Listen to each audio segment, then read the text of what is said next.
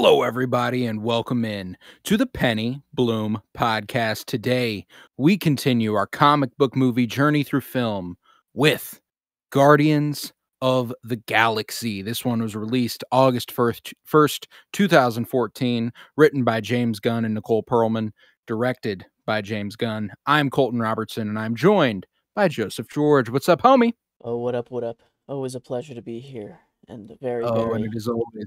high pleasure today.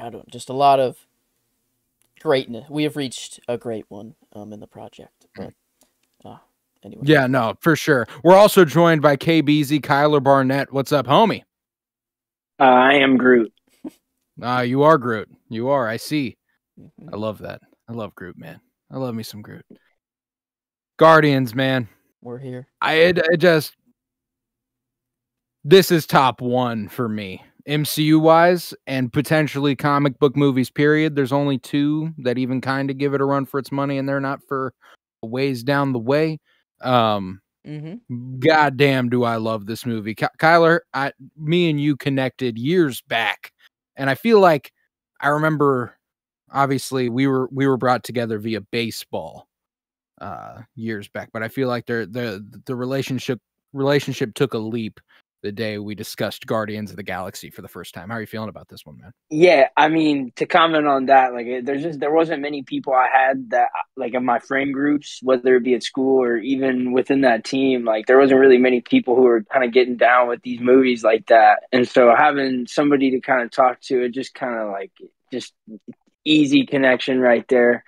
But yeah, man, I love this movie. I feel like for me, the kind of, like what this did for me in terms of my interest and enjoyment for the Marvel stuff, because I didn't have a background in like the comic books or, really much of the kind of lore of Marvel or really any comic book characters. Spider-Man kind of, because I'd watched the cartoon and that's really it. Like I didn't get much out of it when I was younger. So for me, like Iron Man and all that stuff, I liked it, but I hadn't really just like gone gung-ho like, I'm going to be following update accounts. I'm going to be doing this, that, and the other. Like, I want to know everything. I want to, all that stuff. It didn't really start or happen until this movie. And I don't know, man. Just, I think it's got a lot going for it and holds a special place in my heart. So. Dude, it is special. It's a good one. And it's one of the few comic book movies that I would not hesitate to call one of my favorite movies of all time, period. And when I say one of my favorite movies of all time, we're talking 50 to 100 movies, like one of my favorites. I have a ton of favorites, there's all sorts of them, but this is definitely among them. One of the few that would be among them. I adore it, man. Joe, how are you feeling fresh off of it? Ooh, yeah, I don't know. This watch kind of got me to think about what was the first MCU movie I saw in theaters ever. And I don't know. I don't know for sure. But this, I remember having theater moments. Like, I remember being in the theater for this movie. And I don't think I was for Iron Man 3. It doesn't seem... Like, I don't think I was at all. I think this makes about some sense. I would have been 14. Marvel is beginning to become part of my life. I think this might be the first MCU movie I did go see.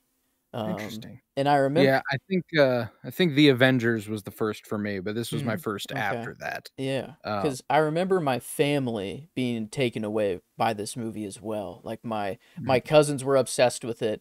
A few of my uncles were. We even had, like, a little post whenever it came out. I don't know how we got it, whether it was Redbox at the time, who knows.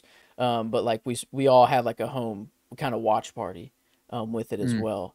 So I think like that was the crew we went to the theater with, and then we all saw it again. I think, yeah, I'm pretty sure this is definitely the first that I remember. I could have been for Iron Man 3 or Avengers, but I don't know. But no, this I do have I agree with you that this is top one right now on the project. That's for sure. For the movies that we've covered so far, this is top one. And I don't really think there's any debate really any discussion to be had there. It's who's coming in second after this one Yeah. right now. No, man. But There's just so much heart that this movie has that, you know, when it comes to MCU movies, I think you could argue that they all have a certain spirit to them up to this point. Where, you know, the Iron Man movies, specifically Iron Man and Iron Man 3, there's clearly a great deal of care. I would argue Iron Man 3 more than any of the other Iron Man movies, and mhm. Captain America, the first Avenger specifically. The Winter Soldier is good, um, but I feel like it doesn't have as much of the just spirit that this or the first Avenger have, you know, like it's just kind of, but this is even in a league of its own above the other ones that feel like they have heart and identity. Like this one moves me deeply for different reasons than the other ones have moved me. It captures the found family vibe for the first time in the MCU the most effectively. You know, they try to do it with the Avengers, and you know, there's elements of that with the crew around Tony and the crew around Steve, but it's not the same. This is the first time in the MCU that you are getting a team that feels like a family, and the way that that evolves over the course of the movie. When Gamora at the end, after Peter goes, you know, he was the only family I ever had, and Gamora's like, no, he's not. You know, like Yeah. that shit gets me, bro. That's what Like I was just gonna I say. Is love like that. it works I, completely with them, but imagine if like Tony said that to Steve, or like one of Right? the Yeah. Avengers. Yeah, like if one of the Avengers said that to any other Avenger, it's like, that's a little It's forced. very Like clearly that's a yeah, business partnership with the yeah, no, Avengers.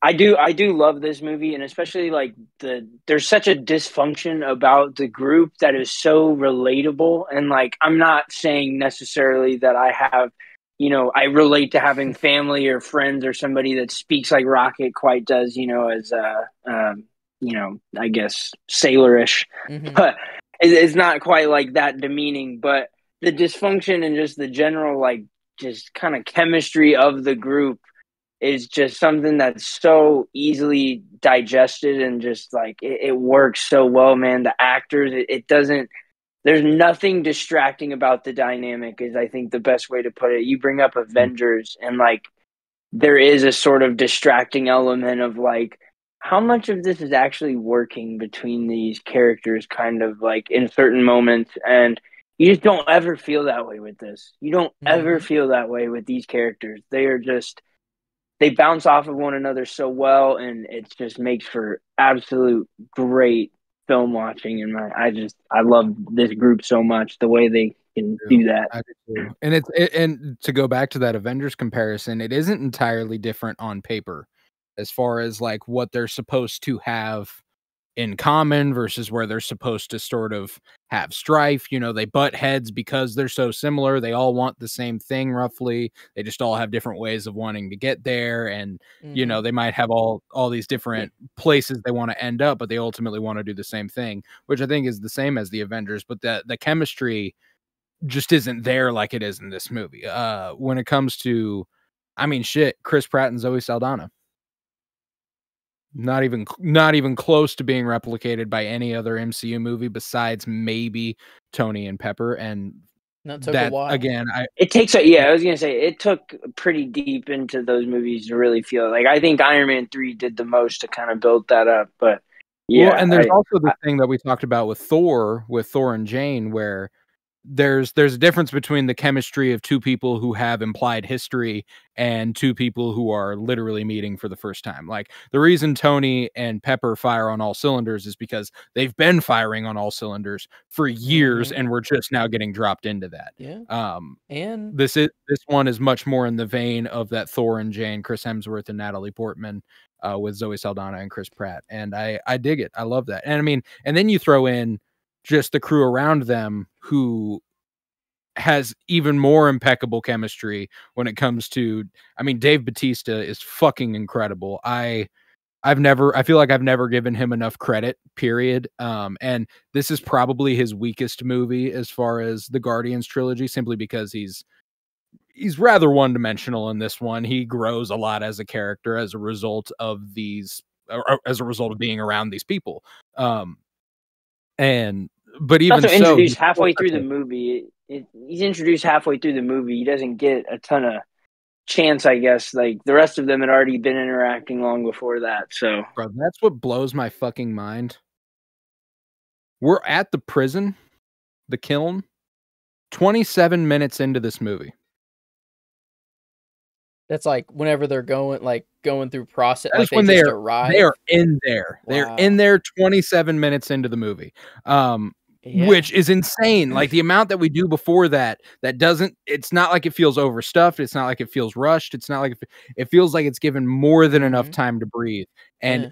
we're only 25 minutes into the movie. We feel like we've gotten all of these characters kind of down pat, up to, besides Drax, of course. We meet Drax then, but like, you get a feel for Gamora, you get a feel for Star-Lord, you get a feel for Rocket and Groot. And it's just like, the character work here is impeccable, and that's why like I have so much faith in James Gunn's Superman movie. I think Superman Legacy is going to be fucking good. Give him everything. The dude can just write some fucking comic book characters, man. He's so good at it. He makes every character important as well. Like there's, it's incredible. Like the Avengers, they're a forced team. They are like, hey, we need you guys, come together and fight for us because we need you.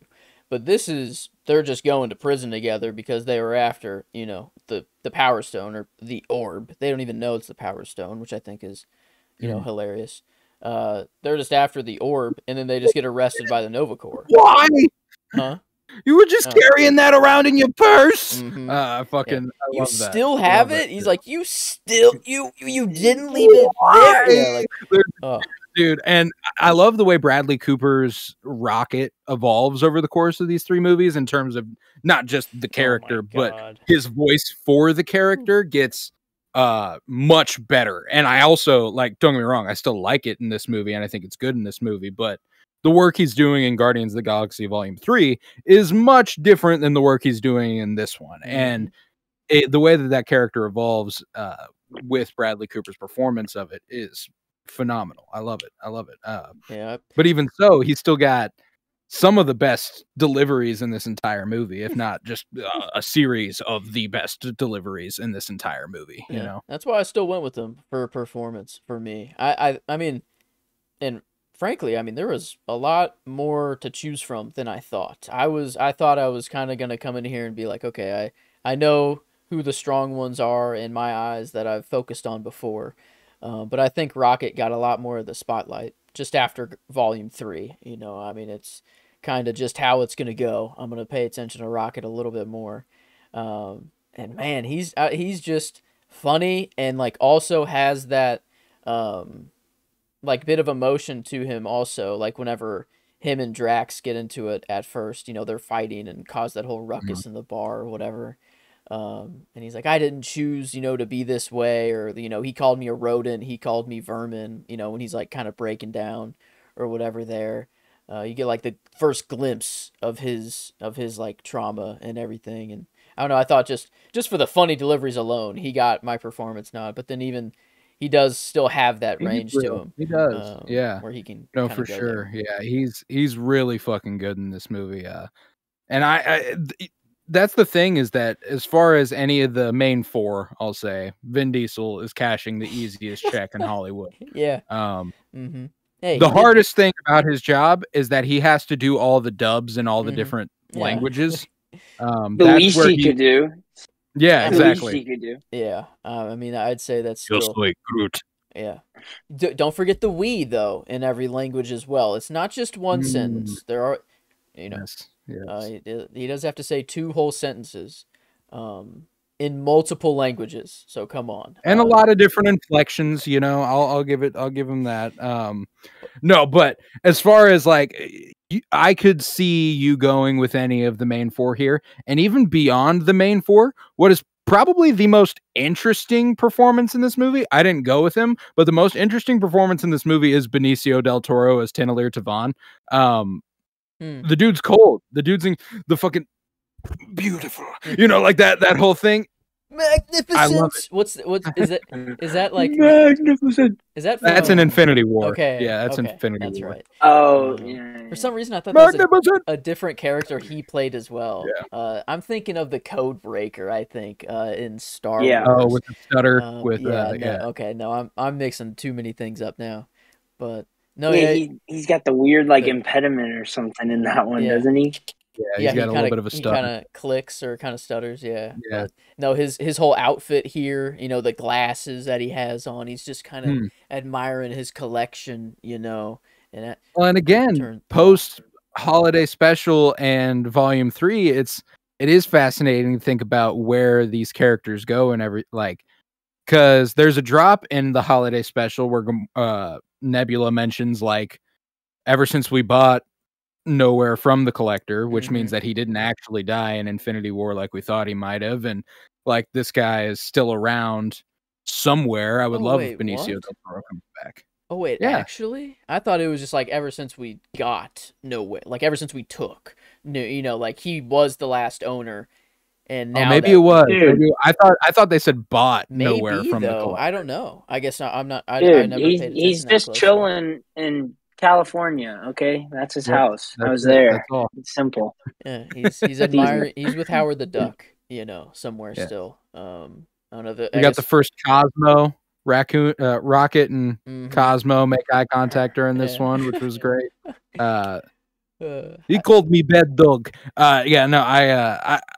There's just so much that, as far as the trilogy is concerned, there are a few MCU trilogies where just in the movies themselves, obviously Infinity War and Endgame throw a huge wrench into the Guardians of the Galaxy trilogy.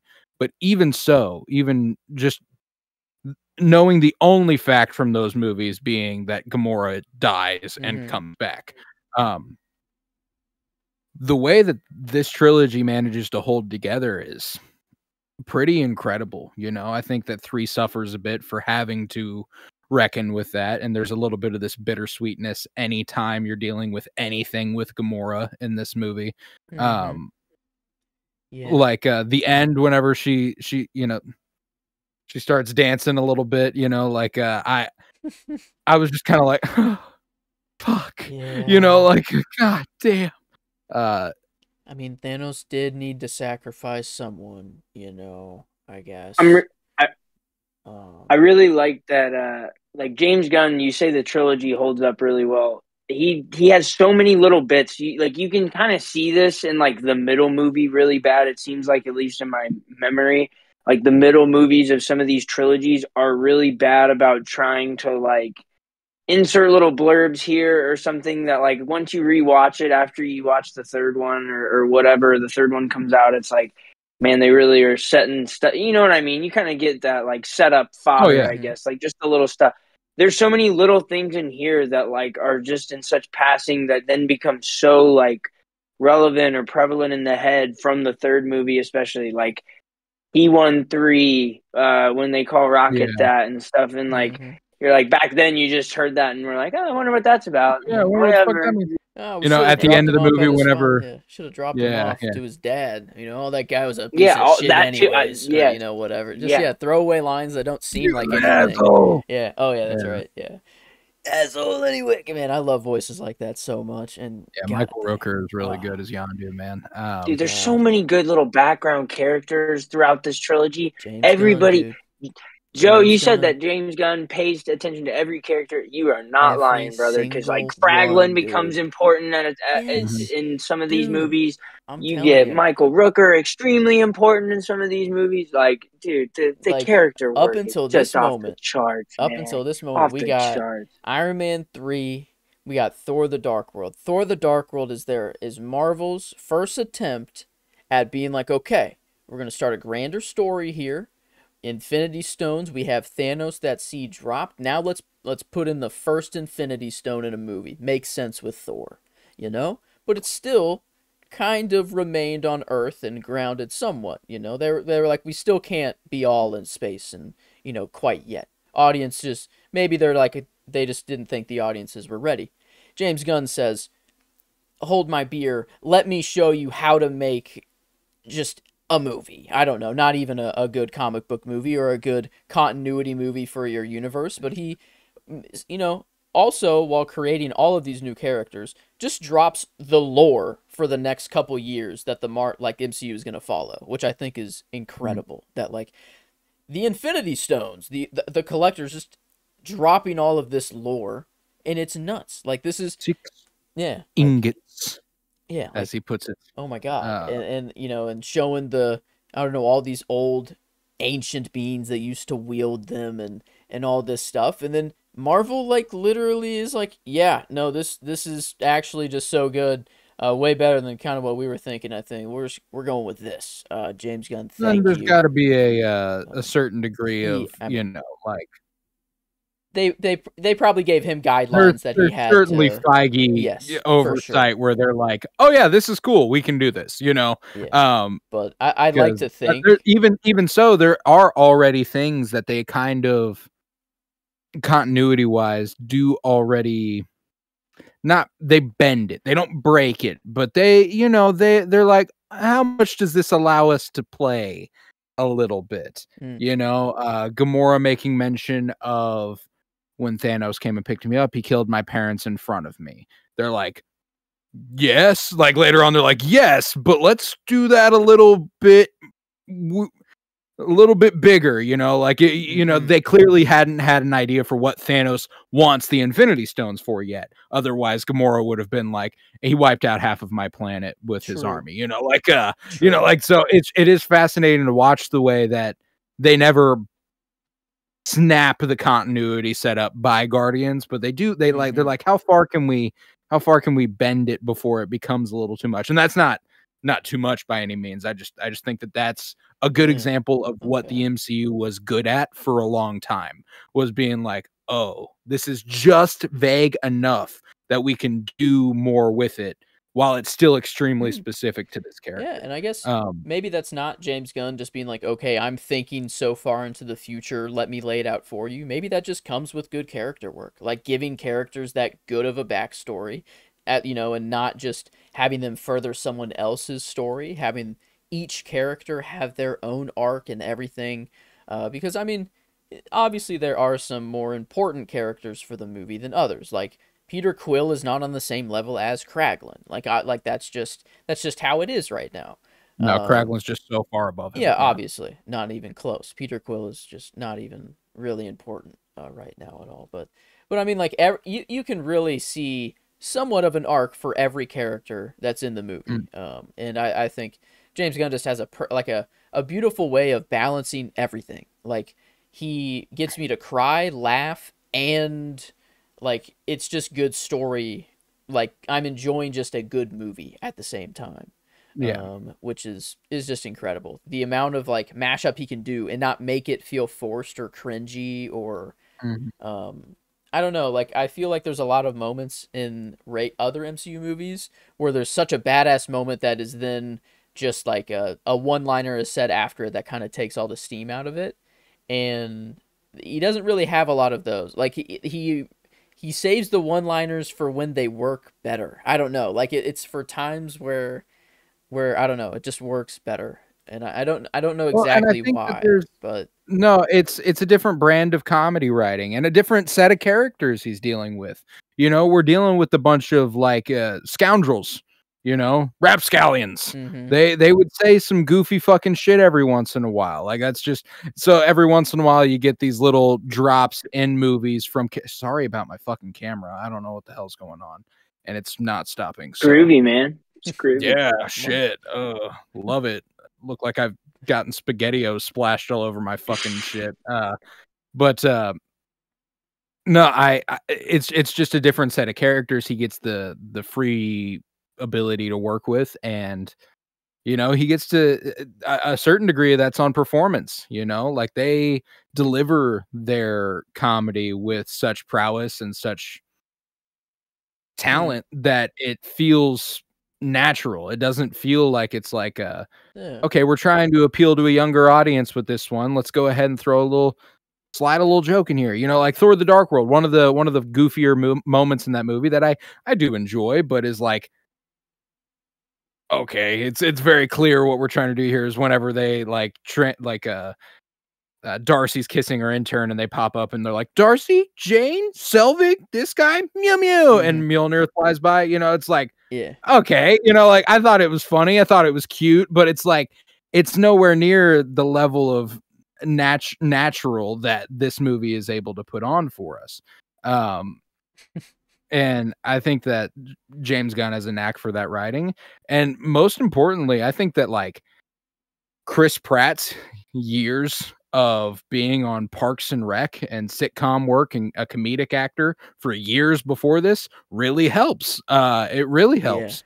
And Mhm. Bradley Cooper was a mainstay in a bunch of comedy movies before this. You know, like it's Dave Bautista. He was a WWE wrestler. He's a performer. This is what he does. You know, the Vin only person Diesel. who's Yeah, with the amount of comedy he has to deliver. and then the one character who doesn't have a lot of comedy and still knocks it out of the park when she has the opportunity is Gamora. And Zoe Saldana, like yeah. her funny lines aren't delivered in a way that's like, I know this is going to be a laugh, you know, like your pelvic sorcery, you know, like she's saying that because that's what Gamora would say. And like It's just through her strong, character you know? that it's funny. Yeah, Exactly. not through necessarily her delivery, but yeah, like she had a line where I don't know, it was just kind of a cool moment too. They just blasted the hole in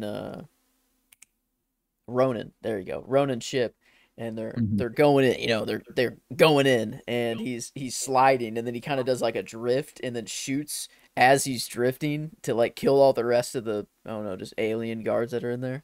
And then Gamora at the end just goes, "We're like Kevin Bacon," but like she says it in this like I don't know, it just sounded Southern for some reason. To me, like when she said it, the delivery was just really funny, and I just, it's not the line I will go with. I just wrote it down to remember it because I like the drift.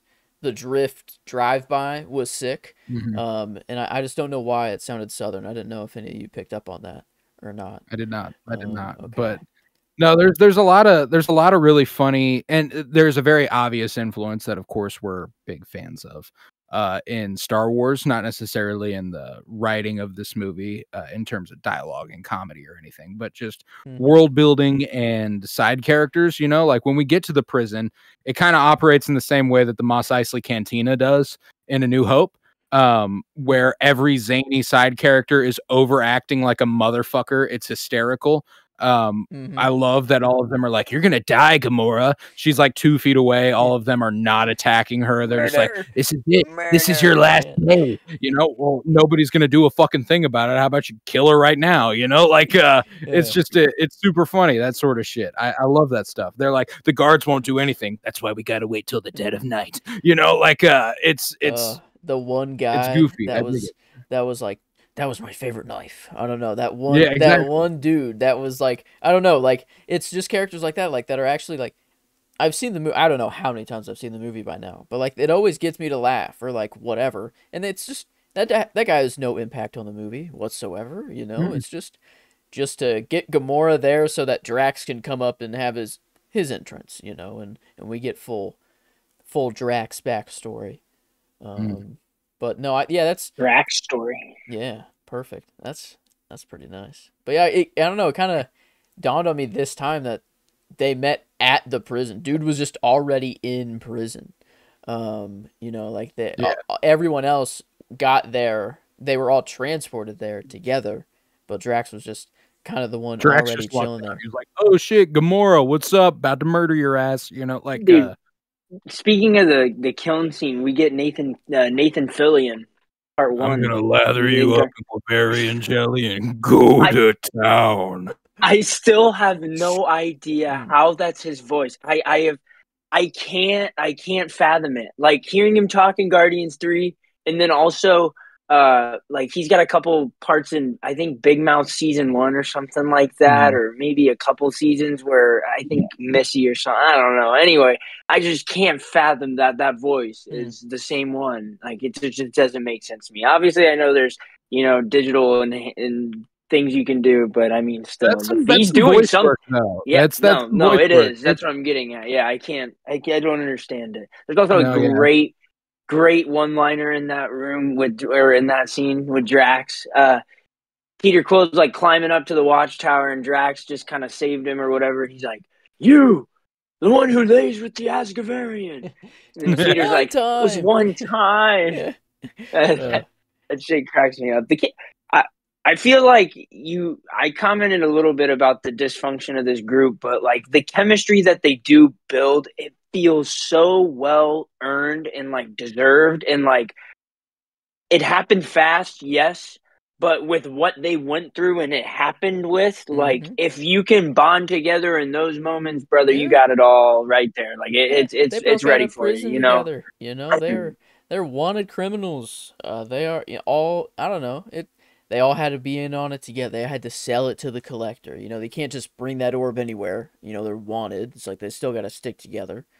Because I mean, the idea was, after this deal's over, we're gonna get our money, or we're gonna go our separate ways. Rocket might kill every single one of them, anyways, because that's just how he's feeling at the moment. But no, they do find their little team in there, and I'd say they really become a team whenever they're like planning for Ronan, and it's like, yeah, like you're basically asking us to die, and they all stand up one by one and say, no, we're all standing up. I'll fight, okay. Yeah, I'll fight with you. Like I don't know, it's a classic, team up scene in every, I don't know, kind of. It feels very stereotypical or cliche, but it hits just as hard in no, yeah, and like they play it like a cliche, which is it's a certain degree of self-awareness that there's a bad kind of self-awareness and there's a good kind of self-awareness, and I feel like again, they have the one character who would think this is corny say that it's corny. It's not like it's just anybody going like because that's a common thing I don't love about the MCU is whenever a character dismisses the comic booky corny elements just because it's comic booky and corny, and like they always try to do it with a character that it would work for, but even Rocket, he acknowledges how corny it is, but he gives in and he's like, yeah, all right, fine, fuck it, like he's like, yeah, this is what we're doing, we're all doing it now, damn it, like you can't say no now. For the small things. You made me beat up grass. Yeah. Oh yeah, he's just kick it like I wonder like Groot, you'll die. Like because this is on Nowhere, if he even knew the grass was gonna be there, or if this is just an improvised line, like, or if Bradley Cooper's like in the booth just kicking, kind of the ground, and he's just like, what the fuck am I kicking? Grass, I don't need, like, is this a scripted line in a scripted moment, or is this just I gotta think so. I don't know how that could possibly be. Because I mean, too specific. It's a complete CGI character, and they have to make the scene complete. There's no actual grass being kicked in the scene. Could have just been a line they liked, and they're like, hey, yeah, we got to make it all anyways. We got to it's all from, like. I mean, if that's the case, hats off to the people who decided this line read deserved that. That's true. I mean, probably all of the tough CGI work is done, and then he just does the line that makes sense. Yeah. For all and I mean, like, work, don't get me wrong, like, but I don't know the process or anything. Yeah, I guess, but I don't know how that works at all. I just like to think that if he does improvise that in the booth, they go, well, that's a throwaway. Like if they don't have that set up, they're just gonna go like, what the fuck is he talking about? Like because there's zero motion capture for Rocket, right? Like it is all. There is motion capture for Rocket. It's not done by Bradley Cooper though. It's done by Sean Gunn, the guy who plays Kraglin. How have I not known James Gunn's brother until now? Yeah. Wow, I had no. I thought it was just. I didn't think there was any motion capture at all for him. Okay, because I guess the picture I always have of Rocket behind the scenes is whenever Drax pets him on the back of the head, and Drax is just, petting whatever, like a green something. I don't know. Like it's nothing's actually there. And it's Sean Gunn. It's Sean Gunn in a green morph suit. Oh my God. Sean Gunn right. actually loves God. when you scratch behind his ears. He is in that picture, isn't he? Allegedly. Yeah. Oh my God! Yeah, no, like that's who is like that is who's doing the body of Rocket is Sean Gunn. My God, I morphed that picture and Daenerys touching the tennis ball for Drogon probably is like what happened. But because definitely that's why I remember that picture is because it's like, oh wait, that's a fucking there's some funny fucking behind the scenes pictures with Sean Gunn in them. I was gonna say, Wow. I heard he watched like 100 hours of raccoon film to figure out how to do it. That's outstanding. Ain't Wow. nothing No, like me, except me. I And Um, made that what's up. that? Yeah, I like made that up. I don't know. I was just trying to get Joe going. Like, oh my gosh. no, I mean, he's been called, that's the one thing though. He's been called, like, you gotta imagine. Dude's been called everything, every kind of animal there is. And I guess maybe there's different animals for different planets and everything, and Peter Quill might be the first guy from Earth that Rocket's ever encountered. I don't know. I gotta. Um, This is one of those examples of something that they bend the continuity quite a bit. They oh show in yeah. Guardians of the Galaxy 3 that he is definitely around a lot of other animals that are just like him. Mm-hmm.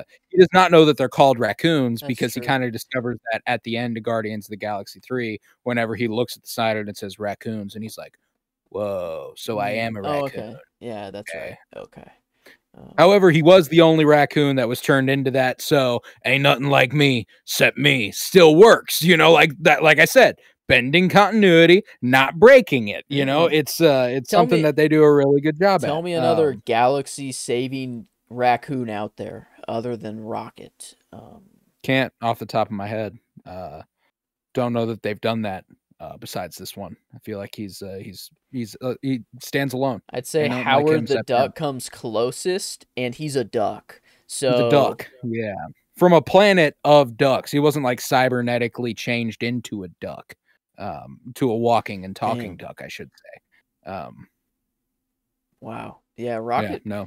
man. No, but watching him like through that lens, like just through the lens of having Volume 3, Hmm. it hits a little different, and maybe that's why I focused much more on Bradley Cooper's performance. I Oh, don't dude. know, but yeah, No, when I mean, like I did too. I was curious because like I there is a framing after volume 3, and you'll find it in volume 2. Volume 2 is when I really started to be like that end scene where they're at Yondu's funeral and he's like, he did this and he did that and they still came, they came, they all came, mm-hmm. like, just you start to feel for him a little bit more on a little bit of a more meaningful level. And I think that the evolution this character sees is surprisingly compelling. On paper, you would not guess that one of the most fulfilling character arcs in these comic book movies in the entire MCU would be a talking raccoon, but alas, here we are. Yeah, Um, that's my performance, I actually ended up going with Zoe Saldana as Gamora. I thought she was so damn good. I've had a crush on Gamora for 10 years. Ever since I was yep. 14 sitting in that movie theater, I was like, wow, pretty green chick. Um, Badass, pretty green chick as yeah, well. yes, yeah. Yeah, she is. No, this very earned here, and I Yeah, think. no, and I mean, like, yeah, obviously, I reduced it to she's attractive. That's much more than that. Oh Much more no. than that. She's so damn good in this movie, man. There's multiple scenes where I think that again in a movie that is so funny and balances a lot of tones, she's responsible for that balance in a lot of situations. Like she is able to ground scenes that have a lot of comedy in them and bring them back down to earth and kind of be Mm-hmm. like, well, wait a Yeah. second, or not back down to earth, I guess, Back back down to down to wherever whatever the fuck their they are. Earth is. Um, Yeah. yeah, wherever they might be, back down to there, Yeah. um, But she says, and kind of ground them and set them up in the right direction. It's a little bit of that, and to connect her to another green chick in a galaxy far, far away, Hera Syndulla. A "Hey." little bit of a mom of the group here. Mm-hmm. Yeah, a Kind of little directing them in the right spot. more honest. Hera, if Hera was just blatantly honest and said what she wanted to say, this is yeah, maybe Gamora makes sense there. Yeah, Hera's like also a touch more. Like she's clearly honorable. She wasn't gonna let Ronan get away with this shit. mhm. Um, Yeah. And Thanos is probably not the easiest guy to overthrow. She's probably wanted to be like, "Hey, yeah, this isn't the best situation. I would prefer not to be, but Thanos is kind of forcing me to do everything that I do." mm, So there is that angle, but no, I do think you're right. Like that, we said how everyone else kind of has this comedic background in which she really doesn't, but she comes in and holds her own against everyone else, and like the lines where she says like I'm gonna die surrounded by the biggest idiots in the galaxy. You know, like it's Mhm. like lines like that, or just moments where everyone's doing their thing and then she's the one that's She enhances every scene she's Mhm. in. Like, and that's what I kind of noticed about this watch, is that if she's in a scene, the scene is better for it, you know? Mhm. Like the one of my favorite scenes in the movie is out on that balcony between uh Peter and Mhm. her, Yeah. where he introduces her to music and he tells her the tale of a planet, a story from his planet. It's called Footloose. Um, Yeah. I loved that shit, you know, and the way that she kind of has this reluctance, and then she gives in for a second, but she can't let herself get washed away. But I love it. I love it. It's really well performed by her, and again, with a lesser actor, it could fall flat. It could fall in sort of a way that's like what's this dude got that she's really giving into right now, but she sells that a little bit, and I dig it. I dig it a lot, and so I There's went a so there's a great like contrast within that scene as well, because I don't know if that's the right way to describe it, but Rocket at the same time as that scene's going on is like having a very tough time, traumatic kind of rehashing with the whole vermin rodent thing that Joe talked about earlier.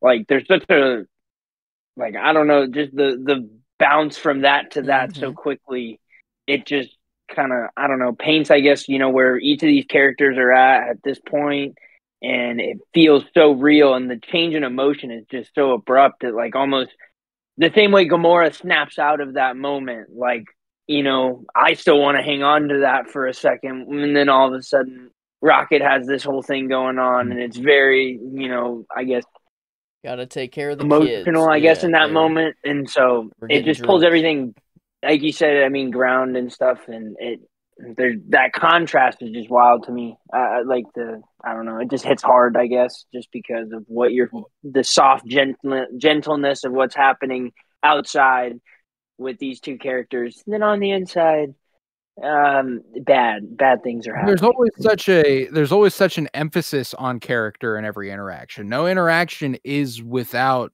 purpose. Every single, like that entire sequence where we go from that scene on the balcony, which is crucial character work for Peter and Gamora. We go straight inside where we get crucial character work for Rocket. We go straight from there to the Collector, where we then get crucial character work for Drax.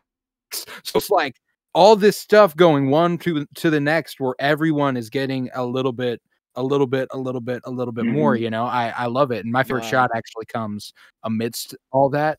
Um, I'd never noticed it before, and I was just kind of like, Mhm. "Oh, damn, that was pretty."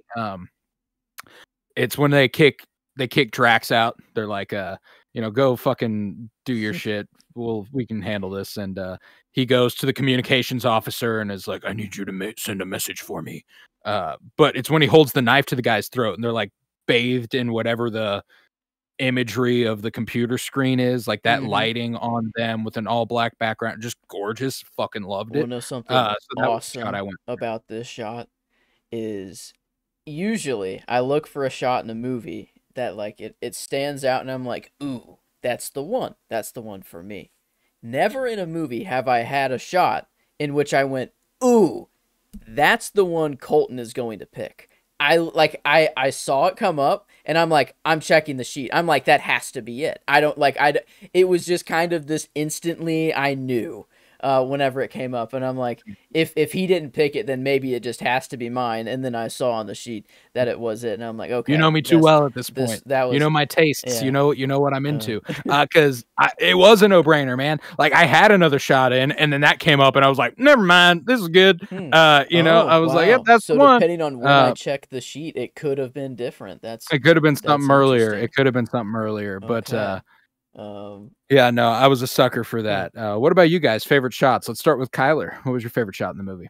It's the one with Gamora and Star Lord. There's a still kind of from like a upshot angle, I guess, and just the cosmos behind, and then Mm. the Walkman. Like it's when he's, I think, like reaching, and there's just this like childlike wonder almost in Gamora's eyes of like she has no idea what's like coming at her, and Peter looks so around and fell in the song. The shot's Yeah. fine. I mean, the sound though is great. The scene is Yeah. itself What a probably moment. one of, if would be close to mine anyway. But there's just such a purity in those emotions. I feel like we can all relate to that, where like you've been Peter Quill, where you're showing someone something that means so much to you, and that look of like, I really can't wait for you to hear this, and like I can't wait to see your reaction. Like it's that pure feeling. Like we've all felt that, and then you've also been Gamora in this instant, where someone's taking that same level of care to show you something they're so breaking down and care so much about, and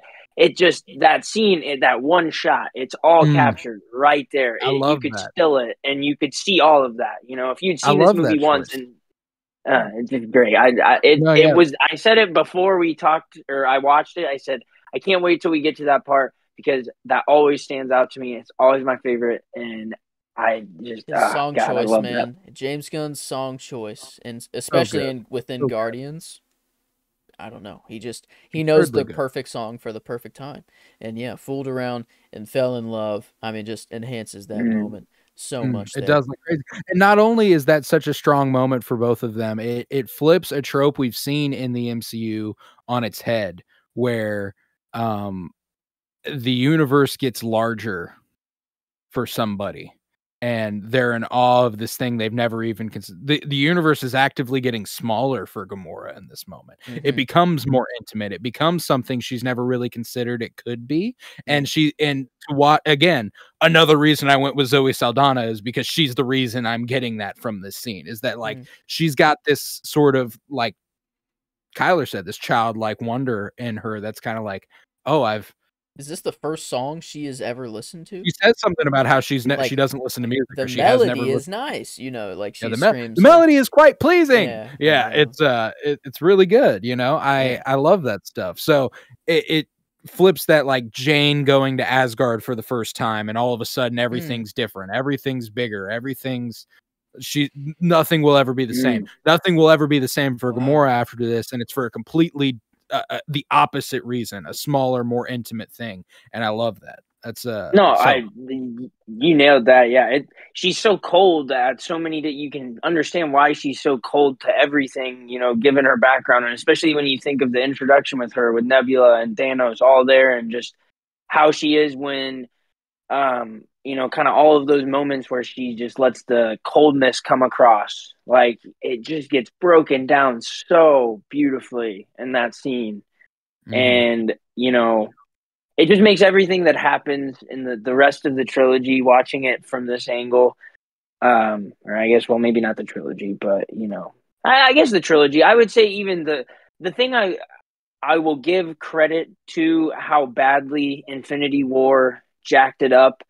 It allowed Chris Pratt to really display the importance of first edition Gamora. Is that horrible to say it that way? I don't know, but like the Infinity War threw a wrench into this trilogy, but like Joe said, with the story they are telling, it does make sense that that's the route they went. You know, if anything, Endgame really fucked that. When they were like, here she is again, but she's not the same, kicking not him the in same the person nuts twice. You know, yeah, just and again, understandable. It's Yeah. the choice to have brought her back at all. Okay. So. And again, we will get to Guardians 3 and we'll be able to talk about that more at length. I do ultimately think that how it's handled is handled well.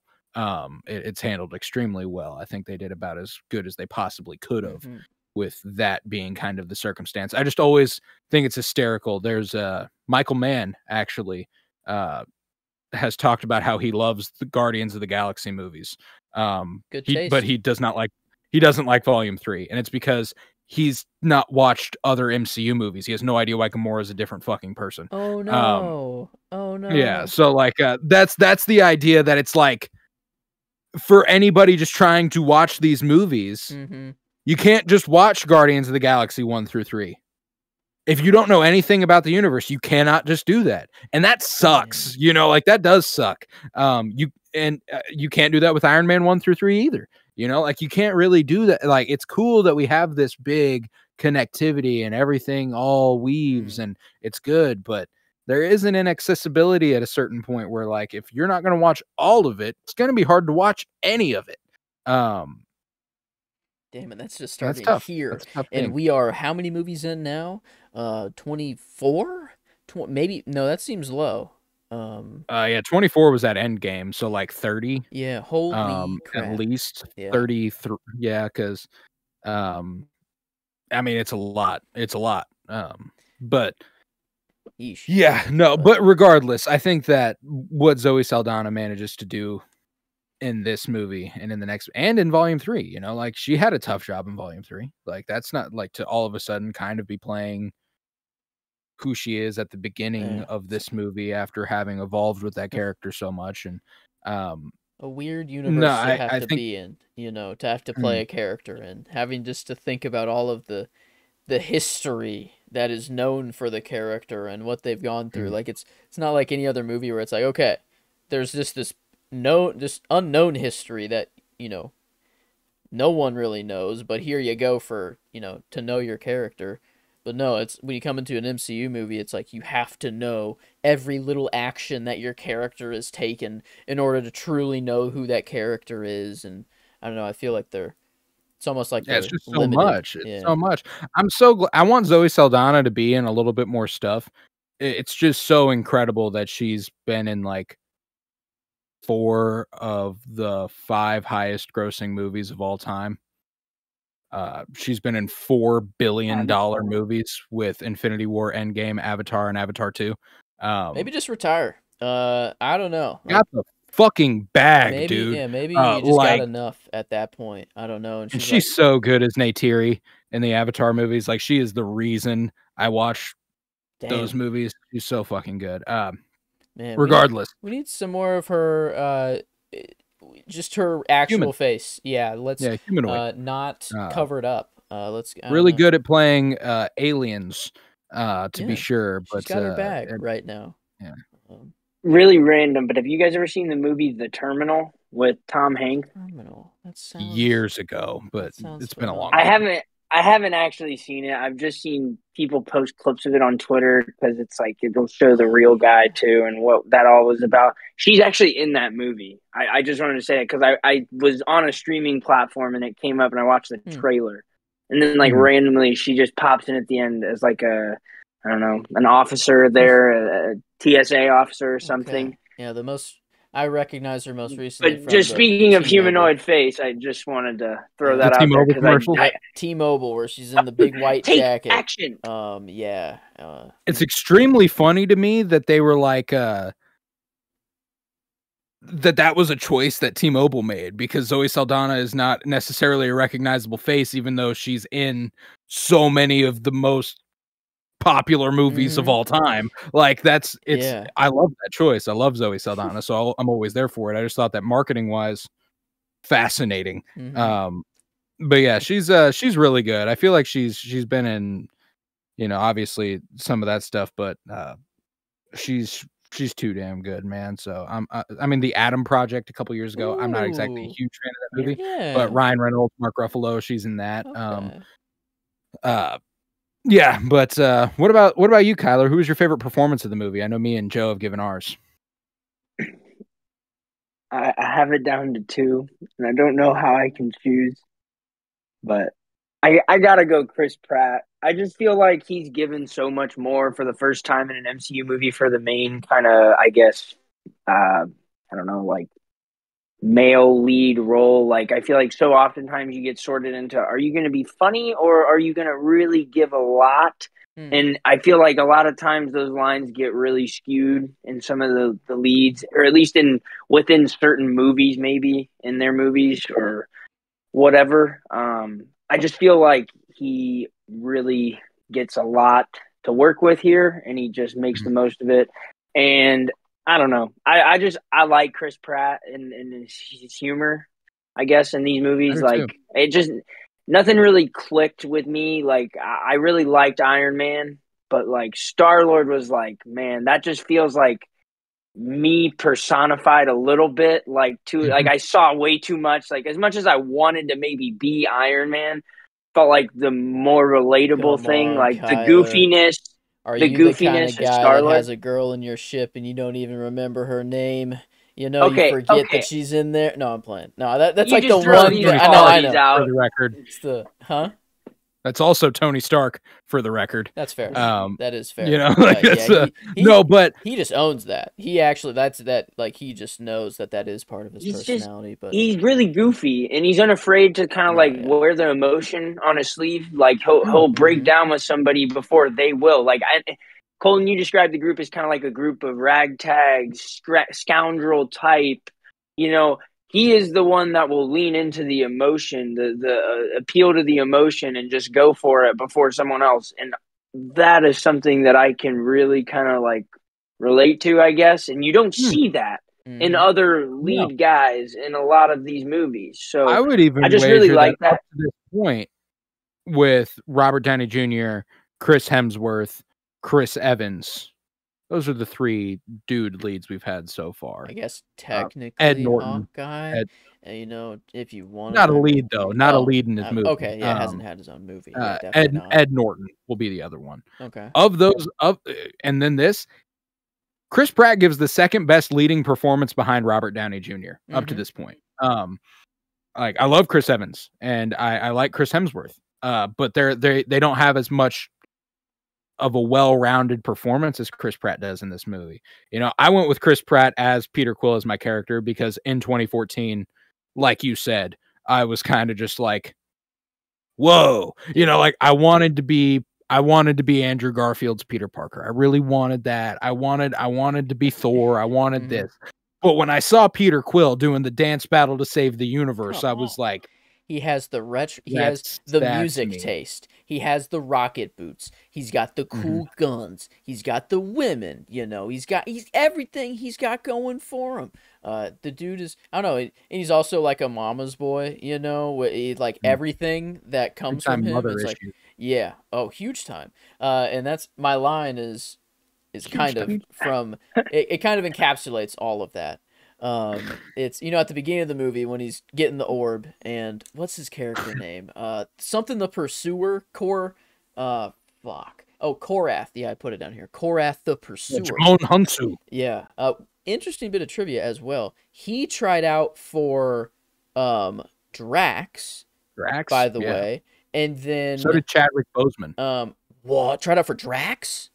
Yeah. Oh, I didn't know that. That would have been. They were like, hold on a second. We're gonna keep you in mind, but yeah, no, not that. And then apparently, we got something for you. Who else was it? There was someone else, and then the guy who played Ronan tried out to be. Who did he try out to be? Lee Pace. Yeah, he tried out. He was trying to be somebody else, and they were like, no. I think it was Quill, actually. I think it was Star-Lord.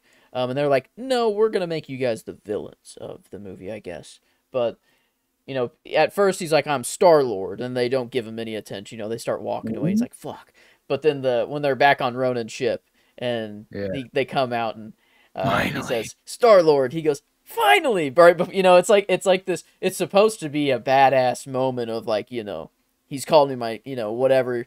But he completely turns it into this, like, I don't know, kind of like it's cringy that he even brings it up, you know, says finally, but it's like... No, I love that. It's incredibly in character, that boyish enthusiasm, being like, oh, but then they finally know me, you know? At the end, though, whenever you hear the letter being read, and then it's my little Star-Lord, it turns it into something else completely, you know? You're like, it's not just him being a little, you know, or dorky, it's like, oh, dude, come on. It's like, man, that's what, you know. His mama called him. So that's why I went with that for the line. But no, I'm glad you brought up Korath, though. There's a, you know, cool continuity thing with him being Kree and stuff. He appears a couple years later in Captain Marvel as the same character because he is Kree. Oh yeah, and he works with Carol Danvers. You know, like that's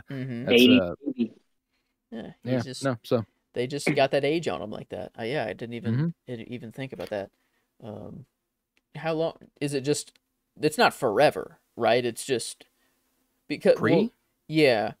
Well, I guess Ronan seemed to be immortal, or something, because he's like, "You're mortal," or maybe was that just because they wielded the stone and he was like, "You're That was just mortal." because they wielded the stone. So he's Even mortal he needed himself like a too. fucking Yeah. thing Okay. to uh, have the stone. You know, like he couldn't Okay. just carry it; he had to have it in his fucking shit. That's fair. Um, That's fair. Because when he said that, I was like, "Are you implying that you're immortal yourself, or just that you're in shock that they're able he's to clearly wield the got. He's stone?" definitely got something else going on as well. There's a complicated stuff. There's complicated stuff with Kree lore in the MCU specifically that Agents of Shield tries to dive into a little bit. The blue Kree versus like the Jimon Hunsu human type Kree, like there's something different there. And I'm not sure exactly what the blue Kree have going on that makes them so much more powerful, but they got something. Regardless, I think that Lee Pace's Ronin is kind of an not overhated. People say he's like underutilized, kind of useless. I'm like, I think he's a Perfect good villain for the movie. superhero villain. Yeah. Perfect for the movie. What, do you want Thanos to be the villain for this movie? Like, he can't be yet. This is the perfect, like, seed plant as well to be like, even Ronan, the big villain of this movie, is still just a pawn for Thanos. You know, it puts Thanos on an even higher level, which I thought was really cool. But a perfect betrayal, like him just being like, "I have the stone. Why do I need you?" And then showing what happens if you still do that. It didn't end up well for him. I don't know. I thought he's perfect for the movie. I thought he was good. I dug it.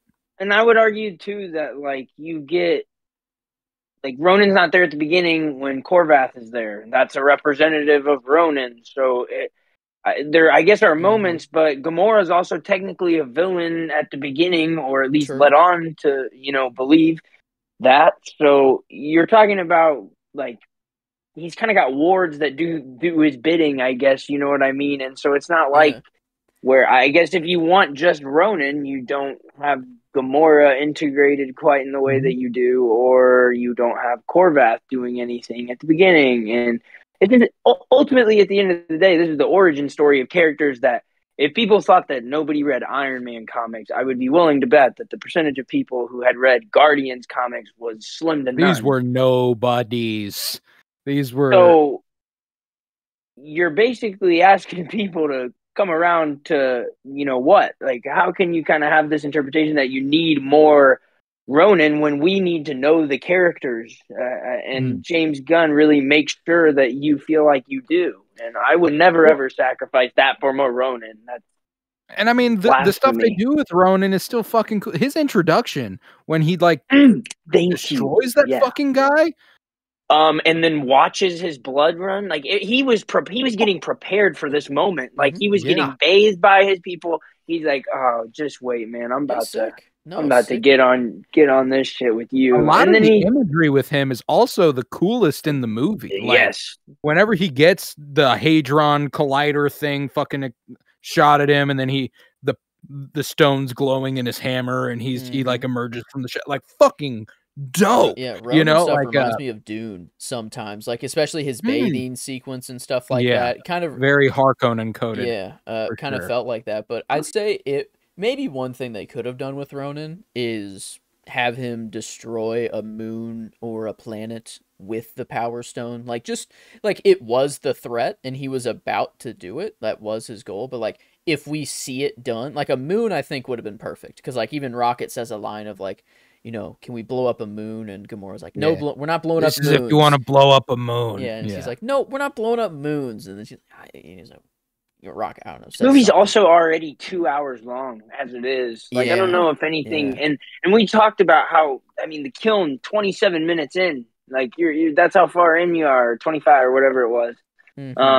Like this movie had plenty going for it. There's no need, I don't think. There was no missing more parts just to of establish Ronan how threatening Ronan could be. Like I think the threat was. Dude, I'm gonna be honest. I put in the notes for this one the first part where he kills that Xandarian, just slaughters him in cold blood, and then the imagery of the blood running down the whatever into the middle where he literally had just bathed himself. Like, whoa. Dude, are we implying that this guy bathes in the blood of his victims. Like, Yeah. Seems like whoa. it. Maybe that's what gives Like, him his power. That Maybe did it for me. yeah, I was told, I was like, yeah, if he says he's gonna blow up a whole population, he probably fucking do it. Like, look at him.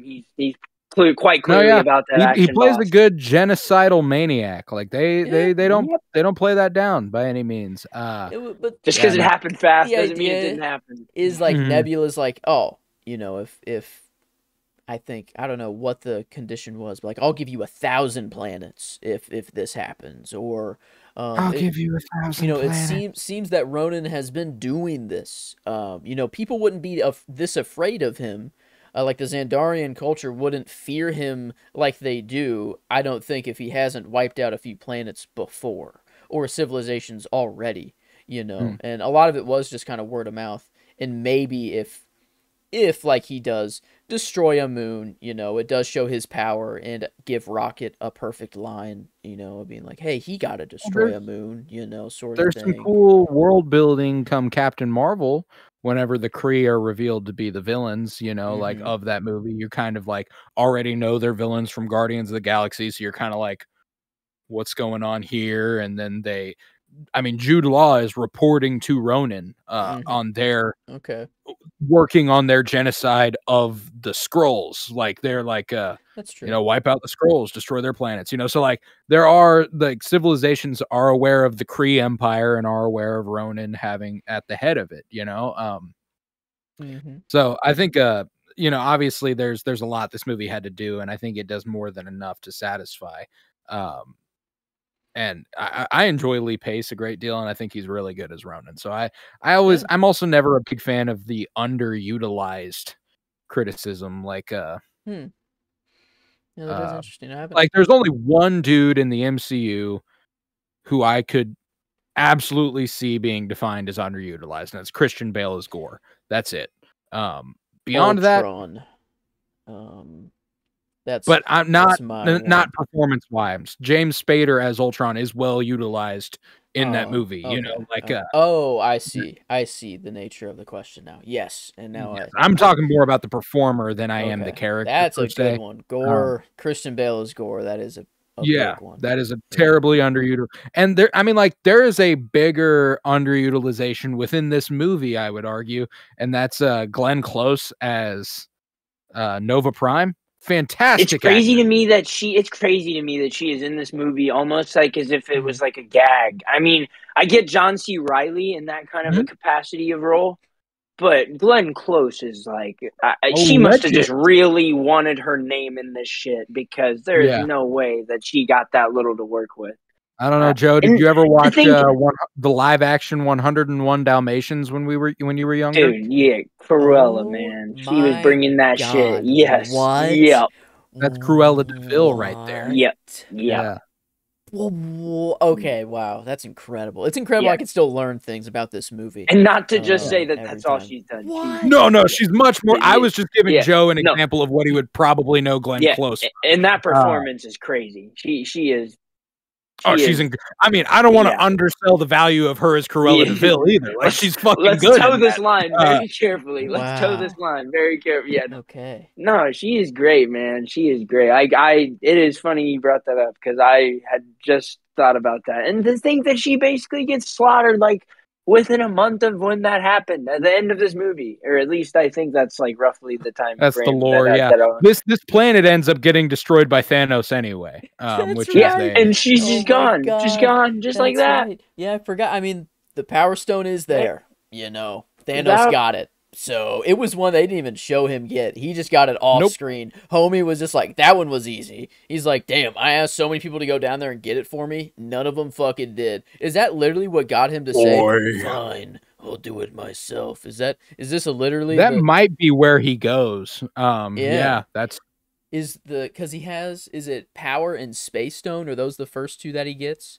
Well, this is the Power Stone. Yes. So but I think is the first time we see him with the gauntlet. I think he has two already. I'm not sure. Anyway, yeah, I guess we'll get there. Yeah, we got the. Is that the post-credit scene for this? That's the post-credit scene for Age of Ultron. Yeah. Okay. What was this post-credit scene? Oh, Groot just. Did this one? Yeah, Groot doing his little dance. And then it goes back to the Collector and Howard the Duck. That's right. It's just the Collector. Nothing drink, universe implicating in the post-credit scenes of this one. Okay. But yeah, no, I'm a sucker for this movie, man. I think that, you know, I had a tough time like splitting up favorites because like a lot of my favorite scenes came with my favorite lines and my lines came with my favorite scenes. And it was so what I went with for my line is just the classic, the name drop, you know, you said it yourself, bitch. We're the Guardians of the Galaxy. Hell fucking yeah. love it. And just the power of that moment, the power of that fucking the team up, them joining hands, Tyler Bates going absolutely fucking ham on the score there. Oh my God, does that scene rock? Yeah. Oh man. And that's give it to Chris Pratt right there. Like that's a cheesy line to say, but he actually like delivered it in such a good He's delivering it with fucking power, dude. You said it yourself, bitch. The power like and stone. bitch Fucking he is they are infinite power right now. I mean like that I thought at first like whenever the Collector's I don't want to call her a servant girl. That just sounds bad, but like she is though. Like she is actually quite literally a slave. So but whenever she grabs it and it starts to just kind of destroy everything around her, I thought that maybe that was actually her wielding the stone, like and not just the innate ability of the stone. Like it just that just happens every time someone touches it.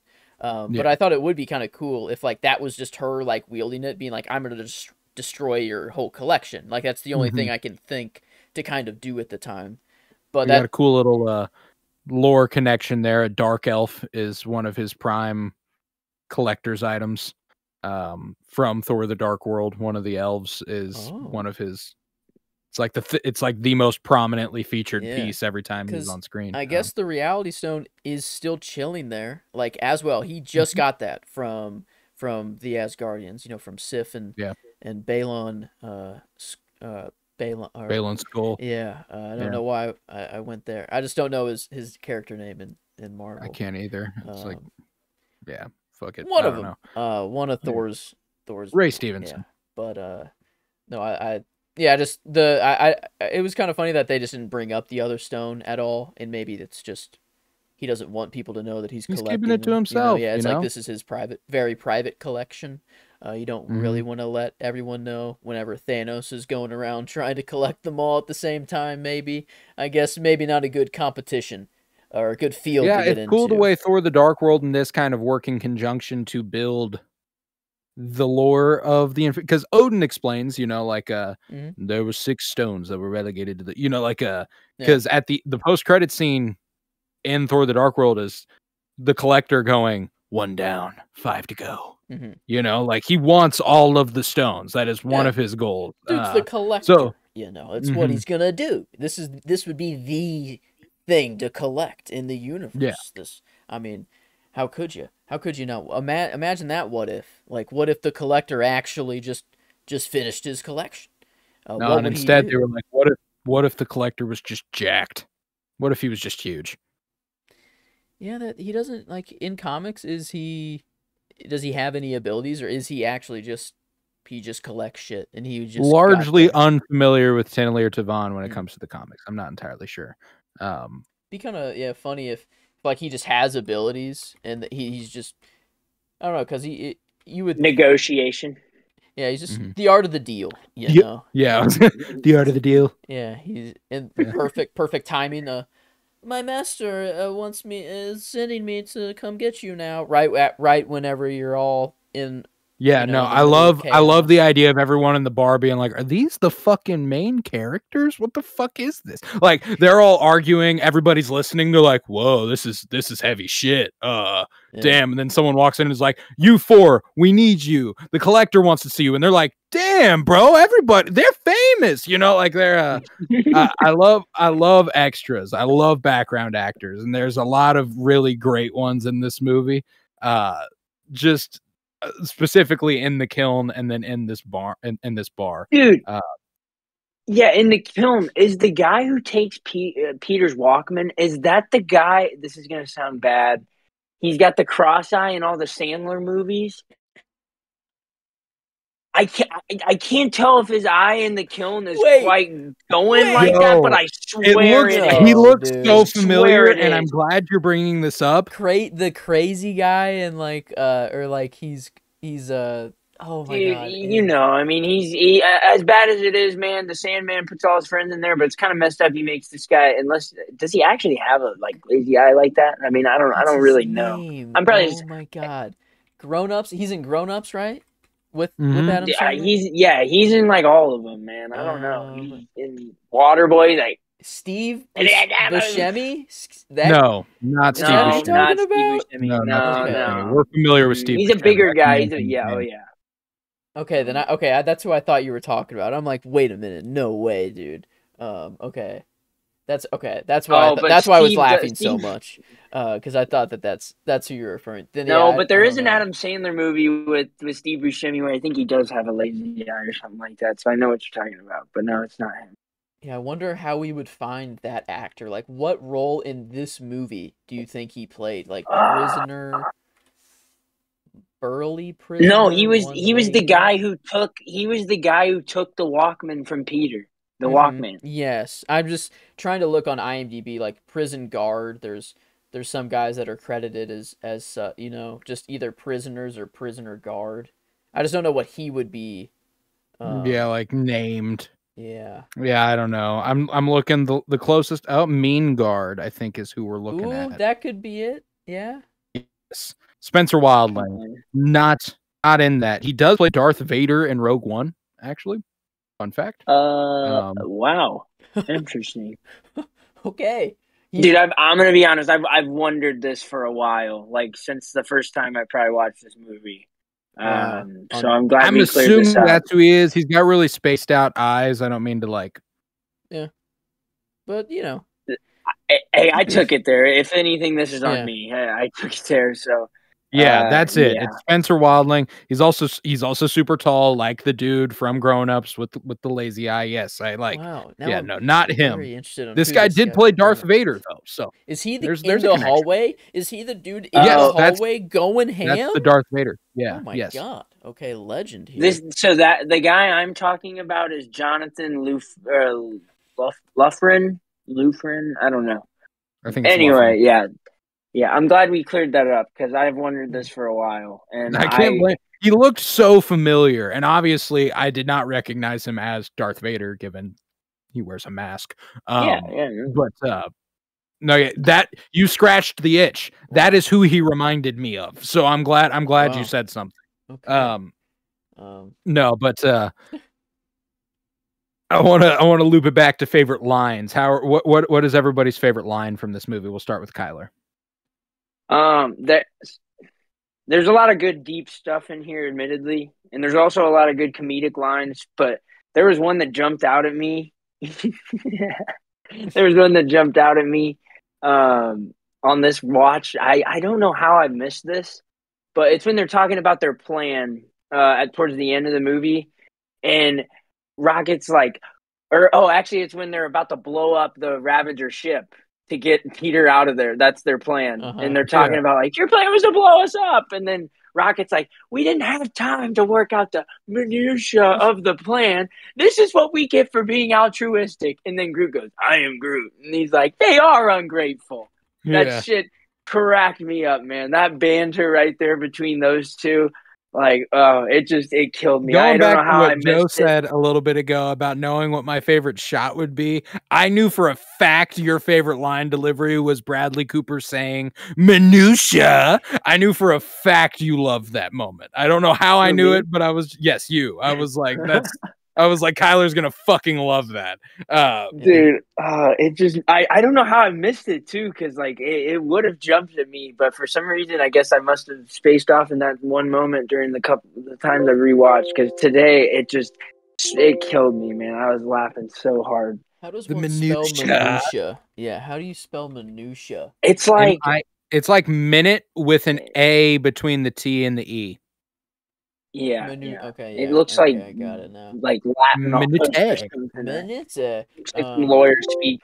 Looks like some lawyer speak or something. I was just The wondering. minutia. They don't have it on IMDb. At least minutia doesn't pop up on the quotes page. So I'd imagine that would be in the quote on the You page. type in altruistically. Yeah, I was. But no, that's. I mean, that's again why I just went with Bradley Cooper for my like a lot Vocabularistics of. is limited to I and am and Groot and exclusively in that order. Yeah. He's too good. I don't know. I love every great. time he's talking. But What about you, Joe? What was your favorite line? I think I will. Yeah, not the Gamora. We're just like Kevin. I think I will nail down the when Peter says finally after being called Star-Lord by Korath. It's also a really well shot little moment too. I love the little zoom. Like James Gunn's really good with his camera work as well. I think that the way that the camera whips and pans is really, really compelling. It sets the tone in a really, really emphatic way. And that zoom in on Korath going Star-Lord, and then the flipping it and zooming it on Chris Pratt and him going finally. It's so good. It's so great. Well, I think it really demonstrates that, like, kind of like all of a sudden Korath is like, oh, it's Star-Lord. This is a threat. Like, this is to be taken seriously. And then the confidence that gives Star-Lord, like, it sounds silly, but just the camera work of that and like the emphasis of the expression with Chris Pratt, like you can feel both of those things very, very easily. Like I said, James Gunn is just great at giving you easy to digest like emotion. That's not to say they're not complex in how they're achieved. It just is like it's so the way he does it feels simple. It's easy and it grips with you easily. Like there's very few movies who can try so simply, I guess, and make you feel so deeply or understand things so well, I guess. And I feel like he's constantly rewarding you for really giving the movie the attention it deserves. Like there are some Marvel movies that are kind of like, hey, this is a good background one. This can never be a background movie for me. Yeah, never. Every time I try, and it's just because there's too much to love in all of the movie that there's just no way you could possibly just like I would be remiss if I watched it and then I was like, oh man, but I didn't really watch the kiln part. I was kind of over there messing around, like, oh, shit. It's too gravitating. You can't look away. No, it's too good. Yeah, there's like. I think it's just, I don't know. I'm just so ready to see what James Gunn can do in the future. Like, cause after seeing these movies, like I trust this man, just how he goes about making a movie. Because like usually a movie opens up, just not comic book movies, but most movies kind of open up with something traumatic happening to the main character. And usually you don't cry during that because you just met who the main character is. You don't even know what, the trauma, you have no attachment really at all. But whenever like at the beginning of this, this one's just kind of, no matter who you are, this is just going to hit you kind of right away. And it's like, it gets you primed and ready. I don't know. It's like, yeah. Oh, dude. And then coming back around, Gamora, saying it. And that's who he hears. That's who he sees in that moment. Like, dude, no, it's crazy that like in such a funny and crazy out there movie that is more comedic than anything. It probably has the most emotional payoff out of any MCU movie. Yeah, like for sure. Actually, and accurate, like probably. Yeah. There's no amount of attachment that I have that's anywhere close to these characters. Like I love Iron Man, bro, and like I was not fucking with you last night when I said I was straight up like I felt like I was in mourning whenever the Guardians of the Galaxy will return popped up. I was like, no, they won't. Fuck. I was like, I was like, they're gone. They're gone. But we have the Asgardians of the Galaxy. We'll have a new, we'll have a new crew maybe. Who knows? Who knows what we'll get into in the future. But no, and that's, we have their complete story. Maybe it is time to let them go and have some new people come in and I don't know. We got what we want. One of the best trilogies there is in any comic book trilogy, any movie trilogy. I'm confident we'll get more Palm Clementif as Mantis. I'm confident. They Mm-hmm. literally say Star-Lord will return at the end of Guardians of the Galaxy. I think Chris Pratt's going to keep playing this character. Mm-hmm. I think Karen Gillan is going to keep playing Nebula. I doubt that that's going away anytime soon, but I am extremely confident Bradley Cooper, Dave Bautista, and Zoe Saldana are never playing these characters again. I think that was that for them, for sure. Yeah, Bautista, you know, that's tough. That I didn't, you know, you were saying the other day about how just the angle of physically having to play that role every time and just getting older and how the just stress that puts on your body. Well, and I think he starred in some other movies well, he was in A24, wasn't it? Or was it not? And Blumhouse, maybe? I get him mixed up. Cabin earlier this year. He was in Blade Runner 2049 and a more Glass Onion. I think, I think it's important for him to kind of like this movie and trilogy was meant to be a jumping off point, I guess, for him. Like, if you think about the uncertainty there was no certainty about his acting career in any way. And this movie certainly set him up. And yeah, I mean, I think, you know, the place we'll get to that, I guess. The place where that character finishes. No, for sure. Like, what's crazy about this movie in 2014 is that, like, what I knew coming into it was this is the superhero movie with Batista in it, because I was a WWE fan when I was younger. You know, like I was like, I was like, this is Batista's gonna be in this movie. That's gonna be cool. Yeah, you know, I was like, idea who any of the characters are, like, whatsoever. You're like, oh, I hadn't watched Parks and Rec, so I barely knew who Chris Pratt was. You know, I certainly didn't know Zoe Saldana because I hadn't even watched Avatar. like Bradley Cooper, I could have taken or leave. I knew Bradley Cooper from The Hangover. I don't think I would have known he was playing the talking raccoon. Yeah, exactly. We're 14 also at the time, so like even if we watched The Hangover, we really didn't know what the fuck was really going on in The Hangover at this point yet. Well, I guess 14. For the most part, you do. Yeah, for the most part, you understand what's happening. You don't understand the like truly fucked up weight it'll carry on their life forever. But this is how he turned out. Like Bradley Cooper in universe, this is just him after the Hangover movies. He went on. Well, and just looking at where Bradley Cooper is now, I don't think he has any interest in playing Rocket the Raccoon again. I think he saw that character to its fullest potential, and he wanted to be able to. Has there ever been anyone in any MCU movie ever that you see less talking about it or being at events or that's anything? A good point. That's a crazy point. I mean, I would argue Vin Diesel, but like for a similar reason of like who's really wanting to see Vin Diesel in regards to the Guardian stuff. Like, you know, Groot's journey. It's just really, you know, like how much doing you really say? Yeah, like at a fan meetup, you're meeting the Guardians. What do you want to say? He's Groot. It's like, oh, but I would argue that he's not necessarily commanding that kind of attention. Rocket certainly is, but I just don't. Yeah. I mean, you look at what he's doing. Is it? I don't remember what it's called, but he's Maestro? Leonardo Bernini, Maestro. Yes. I mean, he produced or directed that movie as well. He produced, directed, and starred in that movie. Yeah. And A Star Is Born got Oscar nominated for that. Directed that. Like it's just dude's already I think chilling. he's done with Yeah, he has taken his career in a much different path for sure. Yeah, absolutely. And same with Dave Bautista. Dave Bautista looks like he's trying to angle himself into a different type of role, you know? Like, it's really funny, Joe, because you mentioned this in one of the Iron Man pods, I believe, about how, like, you know, these movies have given some of these actors a great platform to kind of either, in some cases, start, in some cases, rejuvenate, and in some cases, just the kind of, I guess, confidence and standing, whether it be in the industry or maybe even just financially, to take these kinds of risks. Like, I don't know if you could say, like, Bradley Cooper has probably, like, built up some of the rapport, I guess, within the industry through how much his career has taken off. And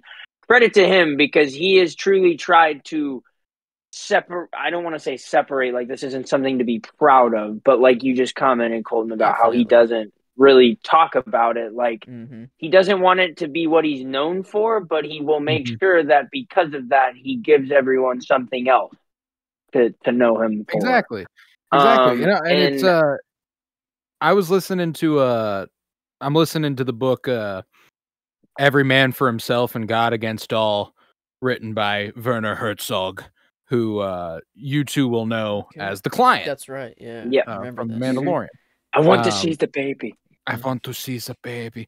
I literally just listened to a chapter earlier today where he's like, it's kind of bizarre. I've had this incredible career in film where I've directed all sorts of stuff. I've directed several operas. I've made several documentaries, and half the time I'm people refer to me as the client from The Mandalorian, and he's like, I don't know how much I love that. You know, he's like, I don't know how much I love that. You know, and it's so it is fascinating to watch like the stuff that Dave Bautista eventually gets to do with this character and what Bradley Cooper, you know, he shows flashes of this in this character in this movie, but what he ends up being able to do, and just them ultimately earning that leeway as performers, and these characters earning that leeway as a result of their talent. Really, you know, like if Dave Bautista and Bradley Cooper don't have the chops, they don't become the characters they become. You know, like that's I think that's a fair assessment, you know? Yeah, and I think James Gunn probably deserves some credit, because I don't know if there's many directors or producers who could give so much freedom, but also, I don't know if motivate or give. He kind of, you can feel like every performance in his movies, all of the characters, the confidence in which they are portrayed with. The just like, there is never any moment where like something just feels like it's kind of missing that punch, I guess. Mm-hmm. There are people who can't get that kind of performance for even just a very heavy hitting scene out of their, and part of that is the vision that comes from the director. Like, you give them how you want it, and then you let the people who know how to do it better than anyone, you give them the confidence to, you help build them up and build on that confidence to give you that in the way that they want to. It's theirs. Mm-hmm. And It might be his vision, but it's their performance. Mm-hmm. And he and that's so marries that important so in comic book movies. That's where this medium is like, that's obviously important in any movie production, that the director needs to inspire their actors to believe in the product that they are going to be putting out. That like the sum total of your work is worthwhile, and this isn't going to be just some schlocky thing that you're doing. I'd say that's specifically important in this specific genre, as being like, I promise this is worth your time. I promise this isn't going to be some like, and I feel like James Gunn, when you look at his work across this trilogy, when you look at the Suicide Squad and Peacemaker and what he's able to get out of John Cena and Margot Robbie and Idris Elba, and I mean, shit, in Guardians 3, she would tell Ejiofor, and like all these fantastic actors, that buy in so completely. It feels like, it doesn't feel like anyone's phoning it in, you know, and that is a result of believing in the director and their vision for this movie, you know, and that's I well think that's documented too. That yeah. like the actors and actresses that work with and alongside him, like, you rarely hear or see anything but just glowing kind of reviews of James Gunn and his strategies or methods and stuff. And dude hasn't missed. He hasn't really missed. Yeah, he's ever. I am really excited to see where he goes with this DC stuff. I think that DC, arguably more so than Marvel, it is so important that the level of care and honor to the characters that you are working with, that is probably more singularly important with DC characters than it is with just about any Marvel character. Not to say that there aren't beloved Marvel characters. I'd like to correct something I said. Chiwetel Ejiofor is not the High Evolutionary. He plays Moro or whatever in the Doctor Strange movies. It's Chukwudi Iwuji who plays the High Evolutionary. I wanted to correct myself. The CH at the beginning of the names fucked me up there. But sorry, Go ahead. Credit to you for recognizing that. Credit to you for recognizing that in your own head, because I said it and I was like, that's not it. That's not him. I feel bad. I gotta figure that out. So sorry. No, but I think the future is safe with James Gunn. I feel like he's just a more human version of Kevin Feige. He has the formula and like the future vision that a franchise needs, and like to take it to the long game, but he knows like what needs to be done in the short term as well. Like just I don't know, he's so creative in how he comes up with situations to further a character's story. Like what Colton said earlier, like it's character development straight into more character development, straight into, just hopping from one character to the next. And it's just what he does so well. Because even in a show like Peacemaker, the main character obviously has the most work done to him, but every other character that's in that show has something.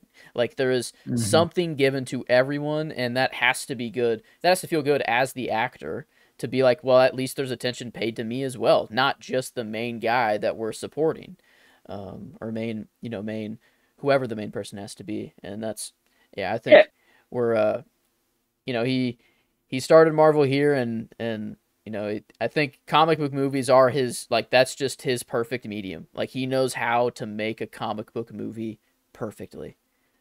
Correction, Scooby-Doo 2 Monsters Unleashed would actually be his wheelhouse, but you go off, I guess, or whatever you were talking about. When we talk about Scooby-Doo, we're in a different league of cinema altogether. It's kind of unfair to bring in Scooby-Doo. We kind of agreed to just leave it out. It's just like, if it applies, like, it's obviously peak. Come on. It's obviously the top of the mountain.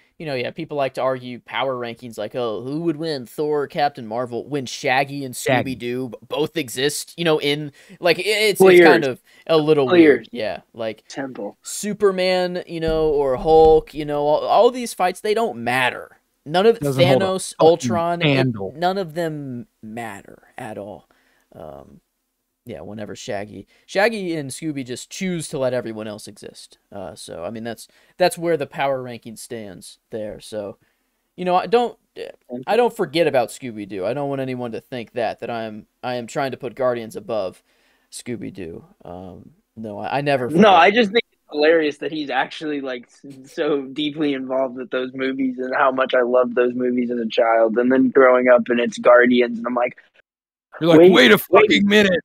James Gunn's been so important to me for so long.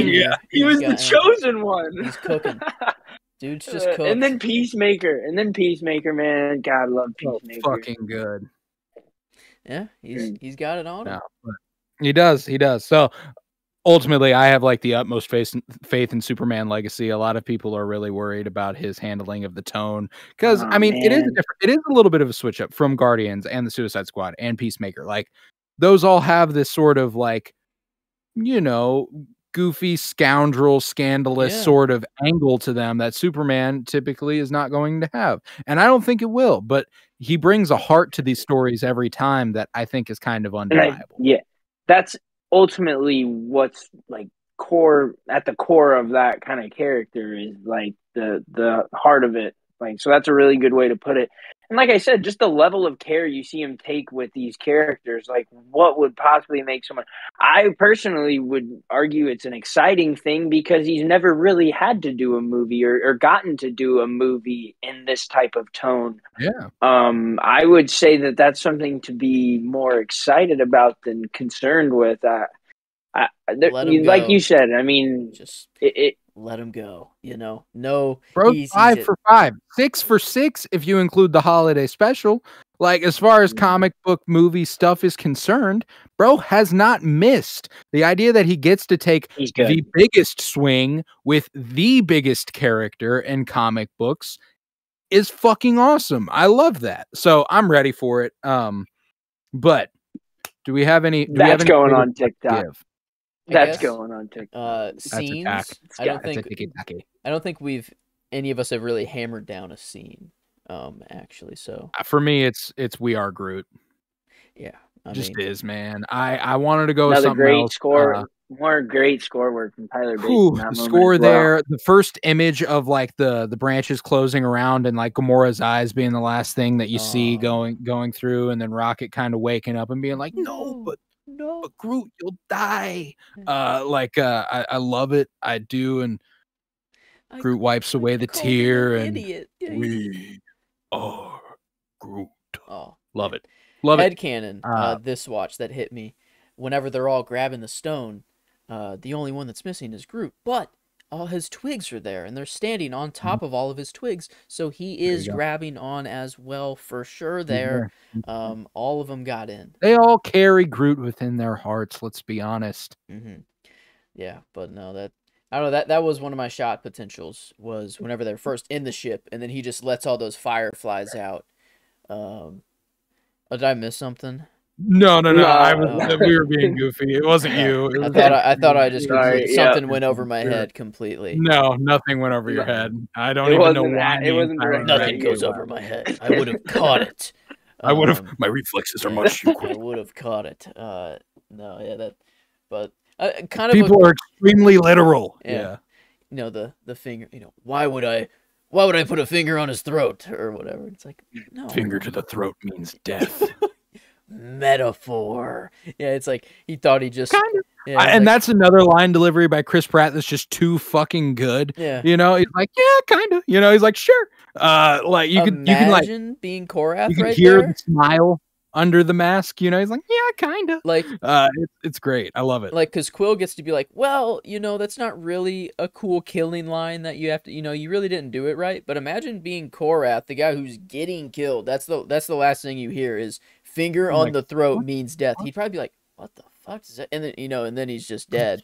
But yeah, it's a really weird. Those are the last things you hear. But no, I like that scene. But I think that is my shot though. I will pick whenever he let out all those fireflies, and then it's kind of like this super wide shot of them just walking on the bridge, and all the light. I don't know, the lighting just looks real good on them and everything. When did you learn to do that? Yeah, no, I love that. Quill, you are my friend, and this dumb tree, he is my friend, and this green whore. Yeah, like, oh, whoa. Yeah, Gamora, like, okay, now what's you have got to stop. And I love it. And then Nebula steps up and is like, you pathetic, I hate you, whatever. He's like, no one talks to my friends like that. And you're like, you just called her a green whore, dog. Like, I mean, just seconds ago. Like, I love that they treat him like they said his people are extremely literal, which just means that Drax is insanely misogynistic, which is hysterical because he literally just thinks Gamora is a green whore. Like that is, he's not poking fun. He's again, like, this is a daughter of Thanos, and like he hates, you know, so like Thanos is number one on his kill list. It seems Ronan was, but Thanos is, you know, truly. After all, he was just a lackey. Mm-hmm. Yeah. It's really Thanos I need to kill. Yeah, no peace yet for Drax, but he'll never get it either. Thanos does die, but I don't think Drax even gets a little bit of that action. No, he does not. Well, which I guess Thor gets most of it on the first Thanos kill. You know, just Tony a gets clean the little second swipe, bit. and then Tony gets that. I think Drax gets to fight him on Titan. But they're dealt away with very quickly. Yeah. That's right. He's got like 4 of the stones at that point. Like it's not even fucking fair. He does throw a moon at Bro them. throws an entire fucking moon at them. So that actually does happen. So not much you can do. But yeah, no, I think that what this movie manages to do and set up and create for us, you know, we were talking about X-Men Days of Future Past versus Big Hero 6. Where X-Men Days of Future Past kind of makes me feel all sorts of stuff because I've had a history that goes back 20 years with these characters. So when we get to that ending and Logan sees Jean again and all this stuff, it moves me deeply because of 20 years of history. But Big Hero 6 kind of just drops you in and you feel that. This, you don't have the slightest inclination of any of these characters, and boy, oh boy, does it fucking get you. I love it. So yes, it does. I'm super high on this. What were your guys' favorite scenes? Let you go first, Kyler. I got a couple to choose from, so maybe you'll make my decision easier, possibly. Yeah, it's probably the scene with Gamora and Star-Lord. Not the shot one that I said, but it's when he's saving her. He's Oh. going out there. I just This is the first time we've seen space in Marvel, I guess, right? I mean, I guess Tony Or technically flew the plays nuke up with it, there. but We haven't seen it in this style. yeah, Like The classic creative choice running, that yeah, James Gunn classic ship has taken with chase. it, Yeah. and just that whole scene, there's so much good score work in this movie, man. There's so many different I'm moments, so and incredibly I really love how much the soundtrack gets love, but I hope that the score does get that love from most other people too. Like I feel that way. Colton's made multiple comments about it. I'm assuming Joe is in that same boat. Tyler Bates in the score, but so good. these movies scores are so great, and so I hope that like the fact that No Sleep Till Brooklyn just happens to be in the third one, that doesn't mean that people didn't happen to notice the brilliant score work in that movie, or Yeah. in volume 2, like with Come a Little Bit Closer, that song. Like I hope that doesn't take away from the great score work in those movies, man, That's because true. God, Yeah, he the is so good. soundtrack plus score combo. Yeah, it does hit really hard. The movie So ends big and so strong. with "Ain't No Mountain High Enough." And this, Hmm. I love that song for me. That will Perfect upbeat little Listen, baby. tell me. I at my wedding, I will be duetting. This is the song I will duet with whoever I marry. And if they do not want to duet this with me at my wedding or at our wedding, then they're not they're not who I'm with, who I'm supposed to be with. So yeah, I've had I think you that just need to vision. make sure you're very transparent with that fact, Oh no, Joe. I will. No, I've known this It's gonna fact be for a it's gonna while. be like it's gonna be like Day Drax before the saying wedding. So, Actually, we have this to Gamora is is what we're not a doing. dancer. gotta You need to put on find this a show. dancer.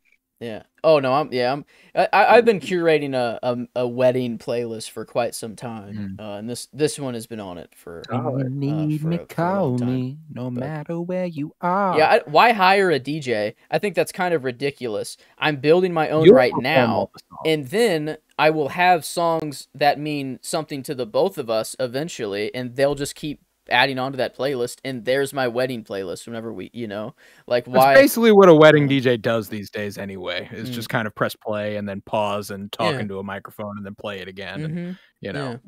Yeah, I got different different for times. Like there's a moment in which there's a switch where the children leave and there's adults, and there's songs of for that course, time. naturally.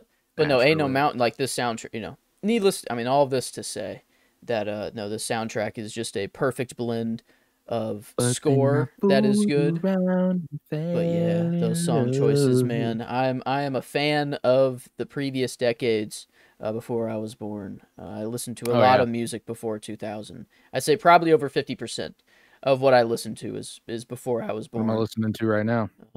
Yeah. What's I'm on? listening to the complete Riverside recordings of Thelonious Monk. Got a little bit of jazz going in the background right now, baby. Love that shit. Yeah, can't Love beat that it. shit. 1986 there, the complete Riverside recordings. So look at that. Look at that. Look at but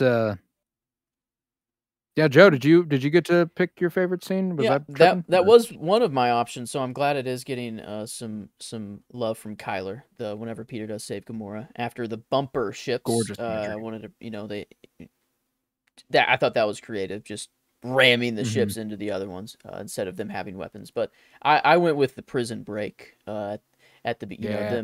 them all teaming up for the first time. It feels like I love the moment of whenever they all get to the tower, the door opens, that guard's in there, and then they're all standing in the doorway, and they're the like, Guardians theme blares for we're the like, first time. yeah, like Yeah, we're no, I a love team that. now, and then it's like, all right, here's the leg, and like I just, I love that Rocket's like, oh, I didn't need that leg. That's that crazy. You actually got that? That's crazy.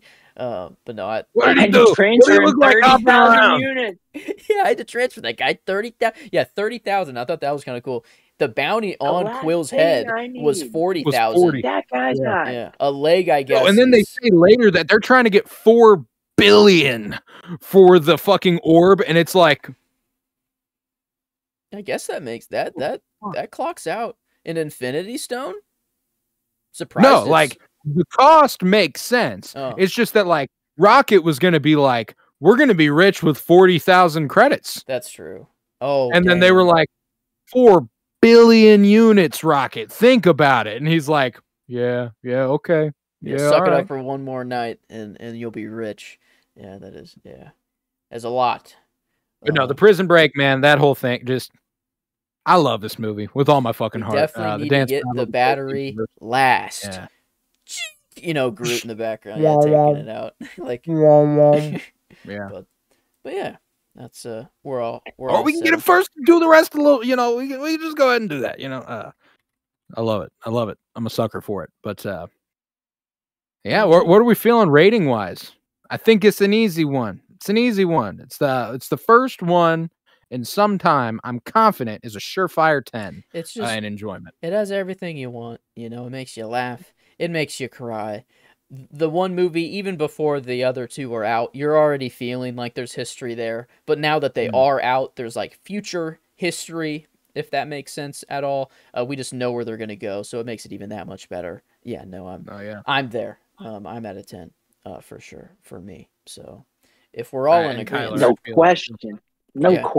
Okay, no question. There we are. So I guess the only one to actually debate is Critical here, and as far, I mean, it's not tie. It's good. Yeah, it's not a 10. I will say that. We're not at a perfect movie, but I don't know. What are you thinking? Well, got to be one of the highest of the Marvel movies, like if not the highest critically, in my opinion, right? Or am I wrong? The highest. I guess it's my opinion. If we're including the X-Men movies, it would be X2 at an 8. That's also First Class and Days of Future Past. Iron Man 3 or Cap, and Cap and Iron Man 3 are both at a 7.75. And I think we're no, I mean it's north of that. We're north of that. I think it's one of our best movies so far on this project. I have no doubt about that. I think that I was obviously extremely loving. There are some things that I would change about this movie. I don't think it's as pretty as it could be. I think there's a lot of great visual effects. I think there's a lot of cool shots.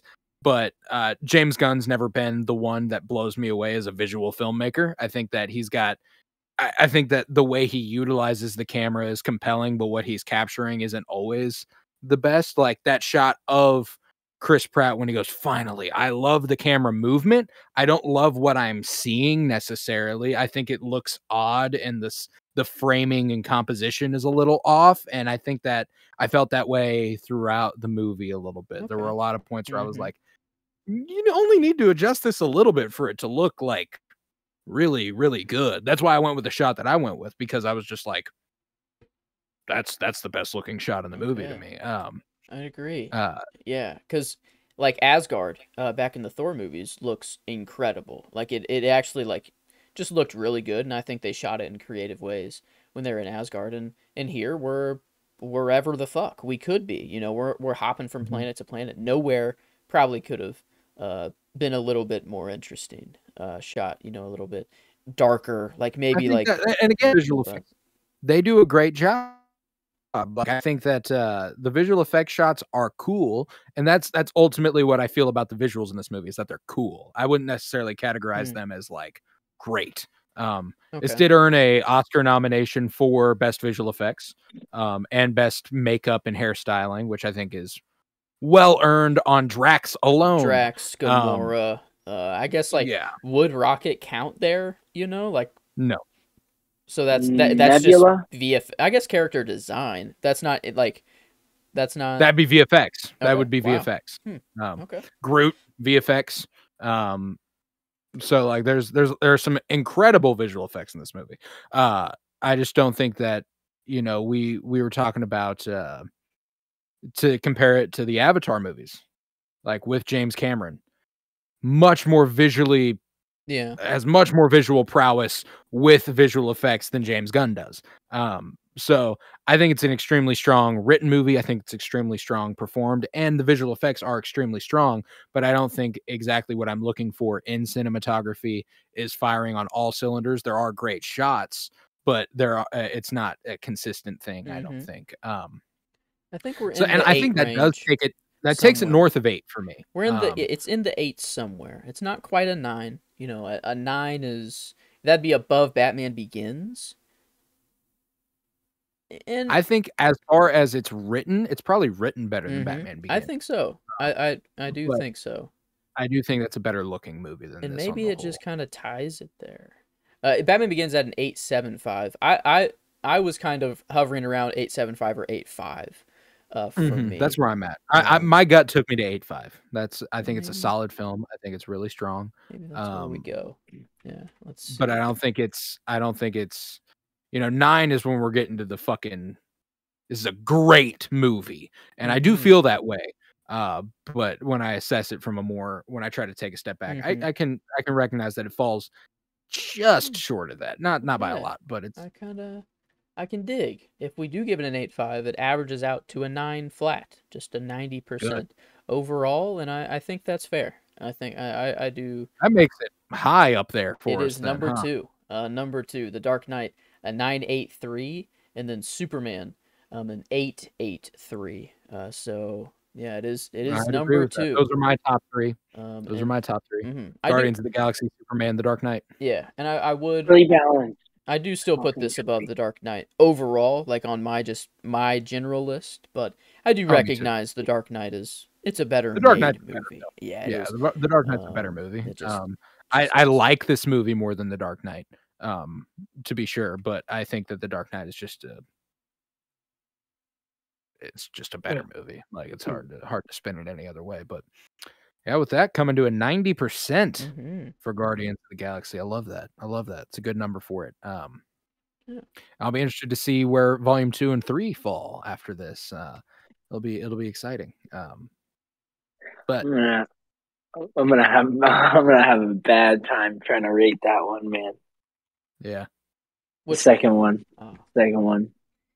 Yeah, that one. Like, this movie started it, but like, it's up to the second one to sustain it or kill it, and it just held stick right there. I'm not saying critically or anything. A drastically overhated movie. People think that Guardians of the Galaxy Volume 2 is like not a good movie, and I can't really wrap my head around that. Like, at all, actually. I don't get that. One fucking bit. So I love Guardians of the Galaxy Volume 2. It'll be a lot of fun to get there. But yeah, with that, I think we'll conclude this episode of the Penny Bloom podcast, and we will be back next week with a couple more MCU Phase 2 editions, and Age of Ultron, and Ant-Man. Yes. Yep. We are there. My favorite MCU movie there is, back to my favorite MCU villain that there is. I'm feasting right now on this project, I can say. So, yeah, very good era for me. Yes, it's a strong little stretch we're on here, and we will be concluding season 7 of Game of Thrones next week as well. The season 7 finale is coming out next week, and I'm so very excited for that, because then we will be taking a week off of that project for the first week of March and doing our own Penny Bloom 2023 Film Awards, kind of a Oscar substitute. I'm very excited for it. I feel like I watched more than enough movies to do my own our own little thing there. So I'm feeling good about it. I'm excited to give you my top 10 of the year, and best actor, actress, supporting actress, director, cinematography, all that stuff. It's going to be fun. I'm so very excited, and that's a couple Mondays away. But yeah, we'll be pushing forth with our beautiful, magnificent, do look nice. I like magnifique. I like the style of those. I love what's going on here. Regardless, if you would head to patreon.com/PennyBloomPod, where you'll find over 50 hours of exclusive content, including all sorts of book reviews, comic book reviews, movie reviews, and the like. You can for $3 a month, support this podcast financially, which is huge because it costs me money and I don't make any off of it unless it's over there. Head to Twitter, follow at Penny Bloom Pod, follow on Instagram at Penny Bloom Podcast, follow on TikTok at Penny Bloom Podcast. All sorts of content getting put out over there. And it's not the only place you can watch the show. You can also watch it on YouTube. Go ahead and subscribe over on YouTube at Penny Bloom Pod, or just look up Penny Bloom Podcast. I imagine we're the only one out there. I'm pretty sure. If not, we're coming for your ass. Yeah. You'll be hearing from my lawyer. No, I'm just kidding. I don't know. And by lawyer, I mean my dad. Yep. Dad. He's not a lawyer. He's not a lawyer, but clear. Dad, help. But yeah. I was Colton Robertson. I was joined by Joseph George. Thank you very much, homie. Oh, thank you for having me. It is always a pleasure to be here. Oh, and it's always a pleasure to have you. And thank you, KBZ, Kyler Barnett. Absolutely. Absolutely. And remember, peace, love, and bloom. And we are Groot.